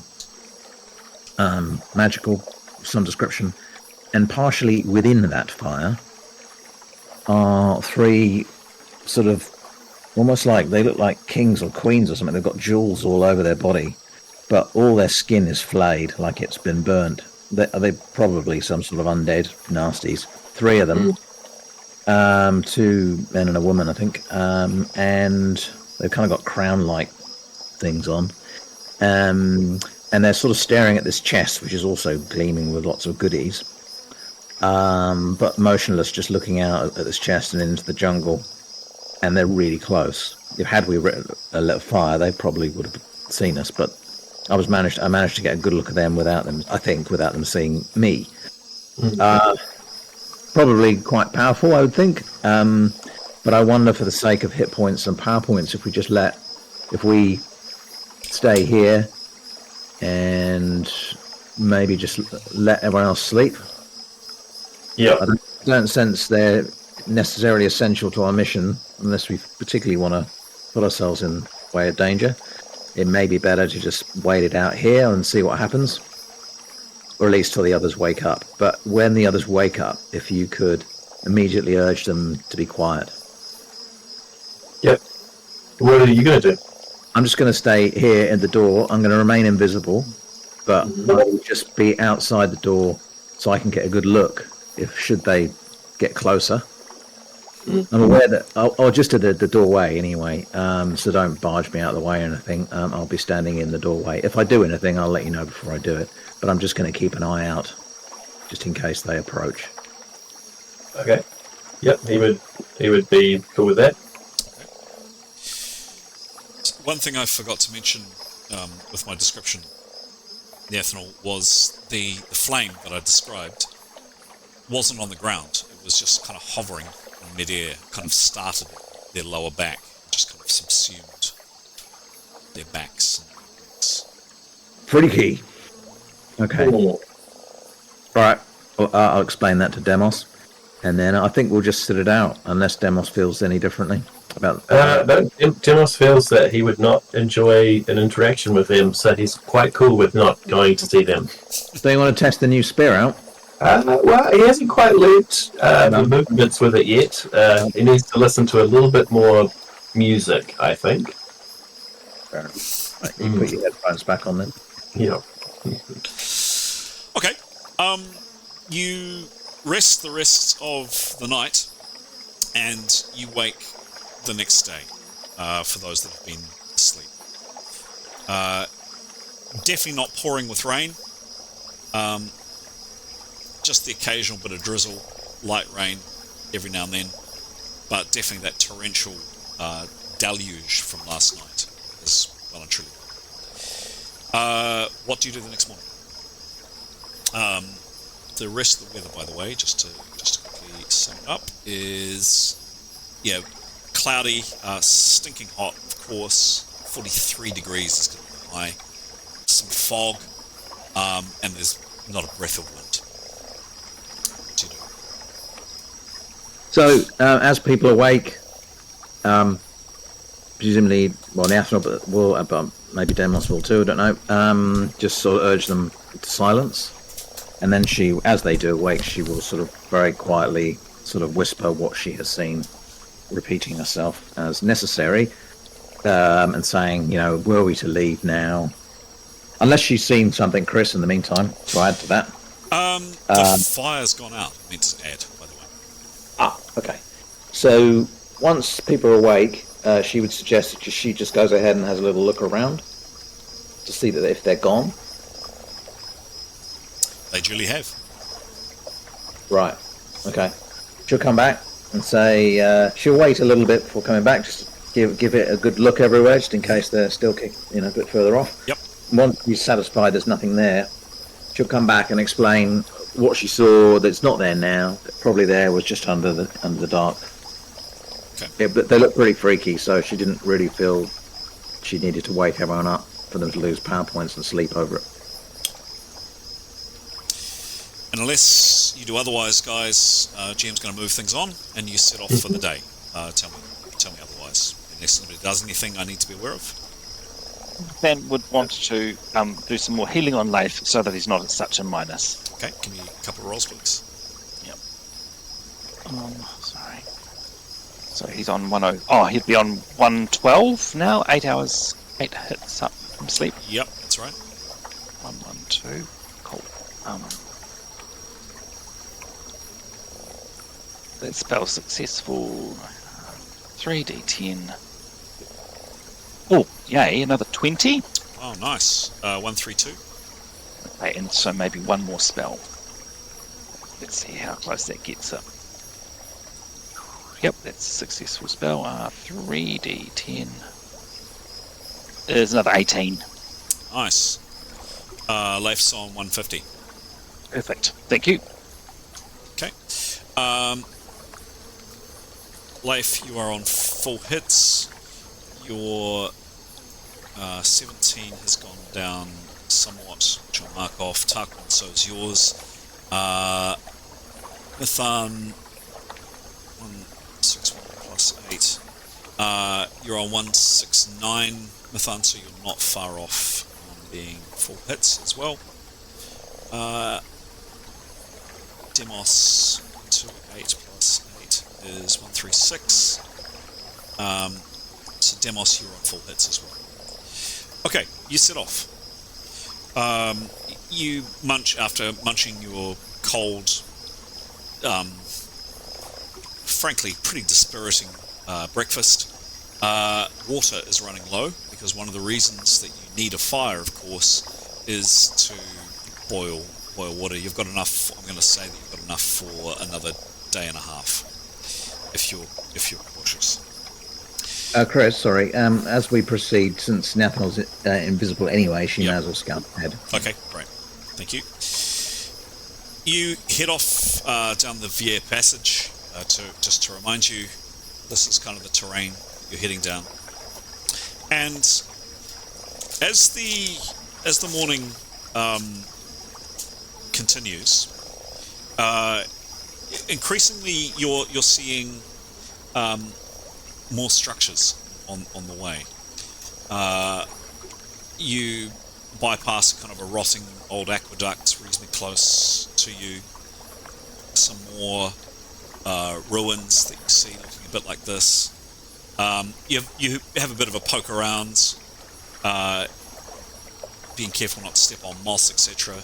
You don't find anything of particular interest. You do see another few ruins, little houses, etc. So definitely more buildings and more infrastructure. And you notice how much the jungle has completely and utterly swallowed up these buildings, which presumably haven't been ruined, you're guessing. It's only been 250 or so years ago. Around about midday, you come to this. We'll come to this when the GM can find it. Yeah. The beginnings of a bridge.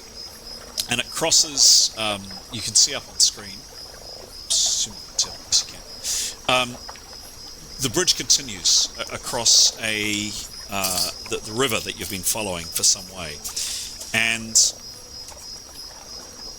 just to check, yep, it is extremely long. It would be something like about 3 miles of stonework. It's huge, absolutely massive. It's in poor repair, and there are parts of it which are crumbling away.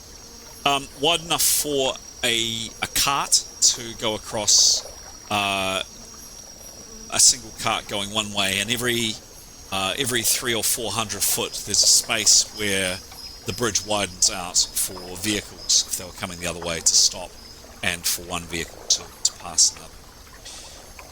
The V.E.R.P passage, of course, has led up to this point, and you're assuming continues on over the other side.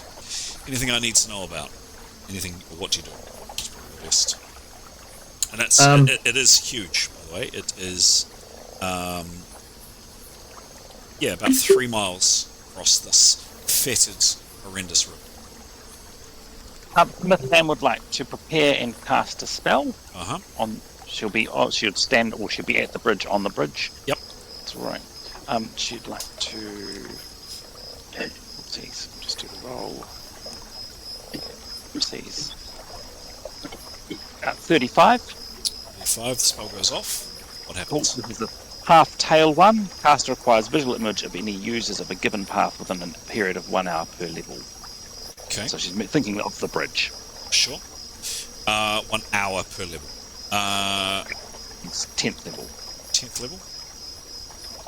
10 hours. Sure. She sees a variety of creatures that you have seen in this jungle. A rotten meerkat. Ghoulcat, I should say. Not meerkat. Several of the twice living have used it. No one else. Cool, thank you. She'll share that information with everyone. She just wanted to be cautious. Thanks. That's great. And Nyathanel would point out that their map does indeed show which I've just pasted in the chat, does indeed show this bridge. So it looks like we're, getting quite close to the main island of Tarek Nev. Crossing over, and then the final approach to another crossing before we get to the Citadel, or whatever it is in the middle. Well, Nathan will be happy to go on ahead. Yep. Quite a significant way ahead. Yep. Not fun, just so that, and keep perceiving as she goes, being careful where she puts her feet, standing in the middle of the bridge. Yep. But perceiving as she goes. Okay. Anything else I should be aware of from anybody else?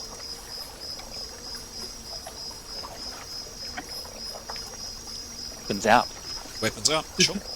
Yep. Does she want company, Graham? Well, she's invisible, so it seemed like a good idea since she's invisible. No. Huh? Safest on her own if she's invisible. Yeah, I'd say so, yeah. Okay.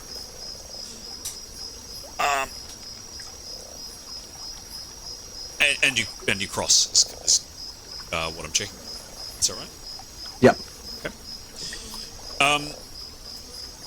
So she goes on ahead, testing, and just as well she does in some ways, because there are definitely some pretty rotten.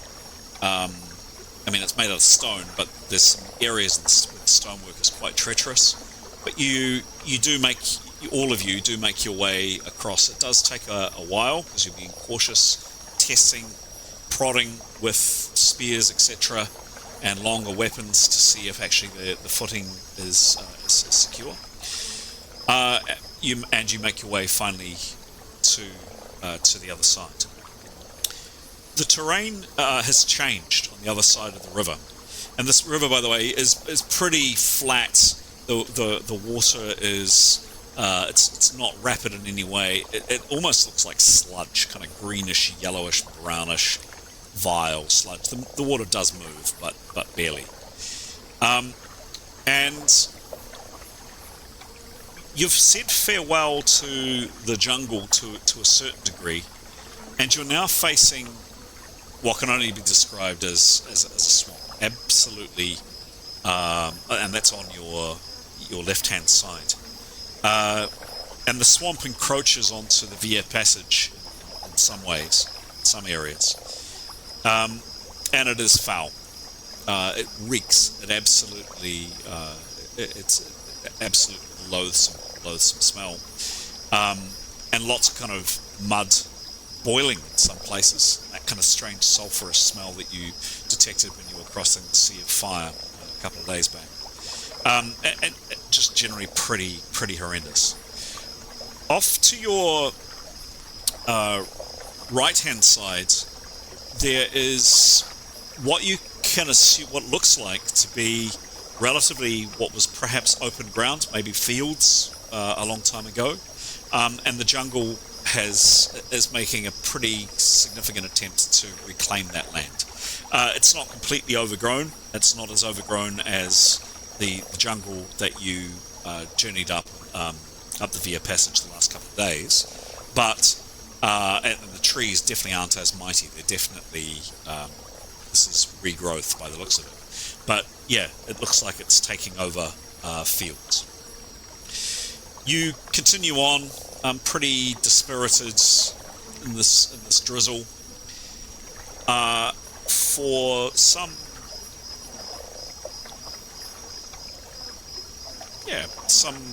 maybe 5 or 6 miles, being cautious. It's increasingly quiet. Only really the sounds of insects. And you turn a corner a bit later, much later on in the morning. And there it is. In the distance, not that far away. A rotting city. On an island, or perhaps a series of islands, some way off in the distance. Greenish grey walls, huge walls, 60, perhaps 70 foot tall, and not a lot of tall buildings, or no tall buildings that you can really see in behind it. And this sense in everybody's pit of their stomach. This is it. This is the fabled Dead City we've heard so much about. And with no small amount of trepidation, you continue and catch glimpses of these tall, grim, greyish green stone walls set on an island at intimate points as you rise a small crest, a small hill, or if you go over slightly higher ground, you get a better look at this thing. It looks foul, absolutely looks. Until finally, going on for early afternoon, you're nearly there. You're trudging up the Via passage, and there is now jungle, not particularly dense, but some relatively thin jungle either side, and the city is close, really, really close. Ethanol, you're going on ahead, and you report back, Ethanol, that you can see that the Via passage, the roadway, terminates very soon, just around this corner, and there is an open. There is a gap of some.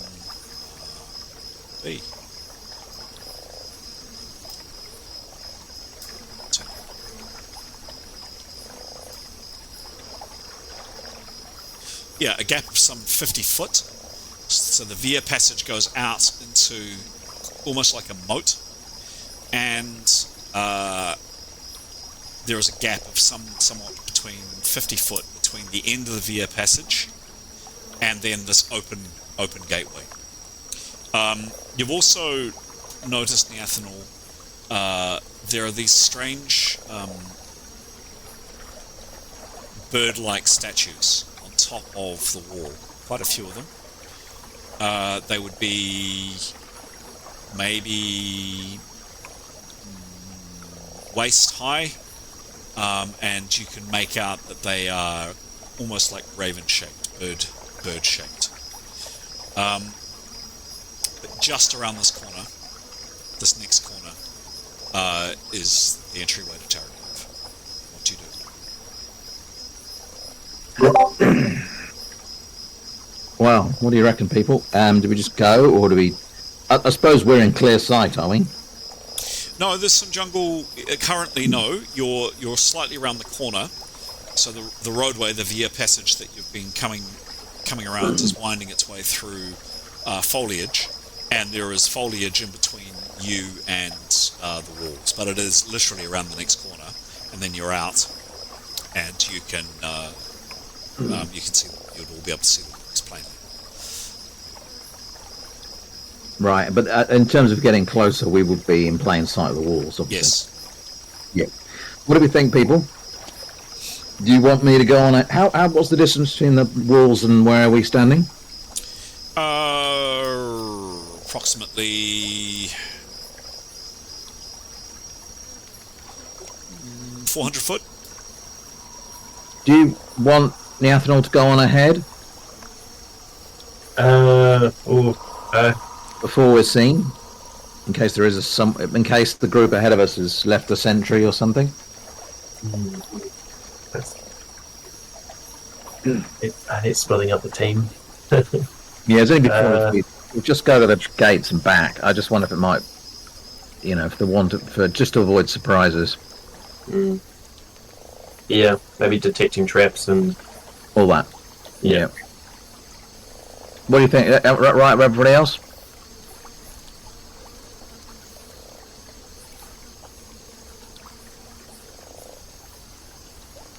Yes. That was good. That was very convincing. Throwing the voice. Kiros, yeah. again, you've struck. Hello? Yes, we can hear you. Hello. Yep. Hello? Hello. Yes, all good.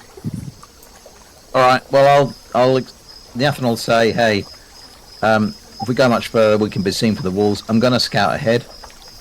If you see a sudden gut of blood, I'm in trouble. Come and get me. And she'll sneak on, detecting everything. She's going to check in front of her for traps. Anything suspended across the little, tripping traps, or looking into the either side and scanning the walls just to see if she can see any movement or hear anything. Sure. Can you give me a perception roll, please? And I'll ask for a store. So the perception is 13. Plus... could be really good. Don't forget. It could be really good. I'm banking on it. 82. And then her stalk. Yep. Oh, I'll wait for that. Do I just roll that? You don't see anything else that I haven't already described to you. All right. Well, she'll keep doing that as she goes anyway. And then stalk. Yep. 20. 20. Not wonderful. But not bad. In a sense that it's 119. Sure. Okay. So Neathanol, you move on ahead. You leave your friends 350 or so foot beyond behind you. You move on about 150 foot up to the corner, and as you're keeping close, as you come around the corner, suddenly, to your amazement, I described the M.E.R.P passage coming up, and coming this almost like a pier of the M.E.R.P passage going out into this moat that surrounds the city, and then there's this gap of something about 50 foot across the moat, and then to an open, massive archway. And just as Neathanol rounds the corner, suddenly there's a shimmer and a shift, and there's no sound when this happens. But the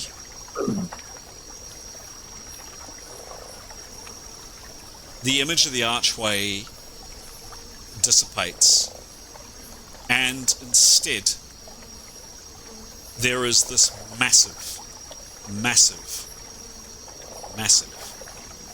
I believe you. 30, perhaps 35 foot high. Bowl of begonias.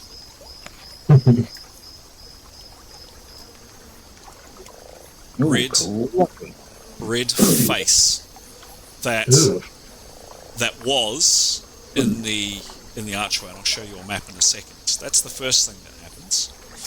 Second thing that happens is a terrible, terrible voice. What out, thou pitiful mortals! How dare ye trespass and disturb mine eternal rest? Dost thou know to whom thou seekest?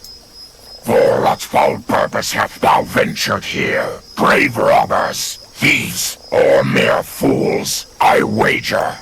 Dost thou seek thine own ruin here? For that, and naught else, shalt thou find in this forsaken place. Hast thou any inkling of how many have entered, and of how few have returned? Tarek Nev shall be thy grave. This is the situation. So, Neathanol, you have left your companions down here. Yep. You've come to the corner, and this massive red face has appeared here. All right. She'll back off. That thing there, whatever that thing is not there. The drawbridge? Correct. That doesn't exist. Oh, it's just water. So, right here. Yeah. Oops. is water. Water. That red thing. But if we asked it to stick its tongue out, we might be able to walk across. Neathel. She'll back up. Yep. And did you see that? Or was that just me? They can't see it from where they are. Spot a bother. And she'll go on to explain what she has seen that she magically, presumably triggered as she approached. Whether it is illusionary, I do not know. It could be a recording, whether there's actually a demon there, or whether it's just the demon's face with a magical illusion that's set off, perhaps. However, there is a gap. The drawbridge is up, not down. Did I see any trace of a drawbridge? None. Righto. And I do wonder if that could be a place to leave it, or if I we think do it. it's probably quite sensible. Yeah. Just again, because it's my favourite line. Hast thou any inkling of how many have entered, and of how few have returned? Tarek Nev shall be thy grave. And on that cheery note, Finding talk. I forgot to wear my Santa's hat for the last game of the year, but that was indeed the last game for 2024 for Ain't No Place. Hope you had fun, guys. Very much. You can put it in your hat in post. Very good. I can put that on in post. Done. Excellent. At the gates, Tarek Nev. It's been a journey. It has indeed. This is one of those rare occasions where journey is possibly warranted. There we have it. 2024 draws to a close just as you get to the gates of Tarek Nev. Tarek Nev. Dun dun dun. Dun, dun, dun. Brilliant. There you go. Okay, folks. Very good. Tune in on Wednesday the 8th. Oh, okay. Awesome. Wednesday the 8th of January. Great. To see what happens next. What will happen? Well, listening to that big bloke at the front, upcoming doom. As usual. Yeah, nothing new.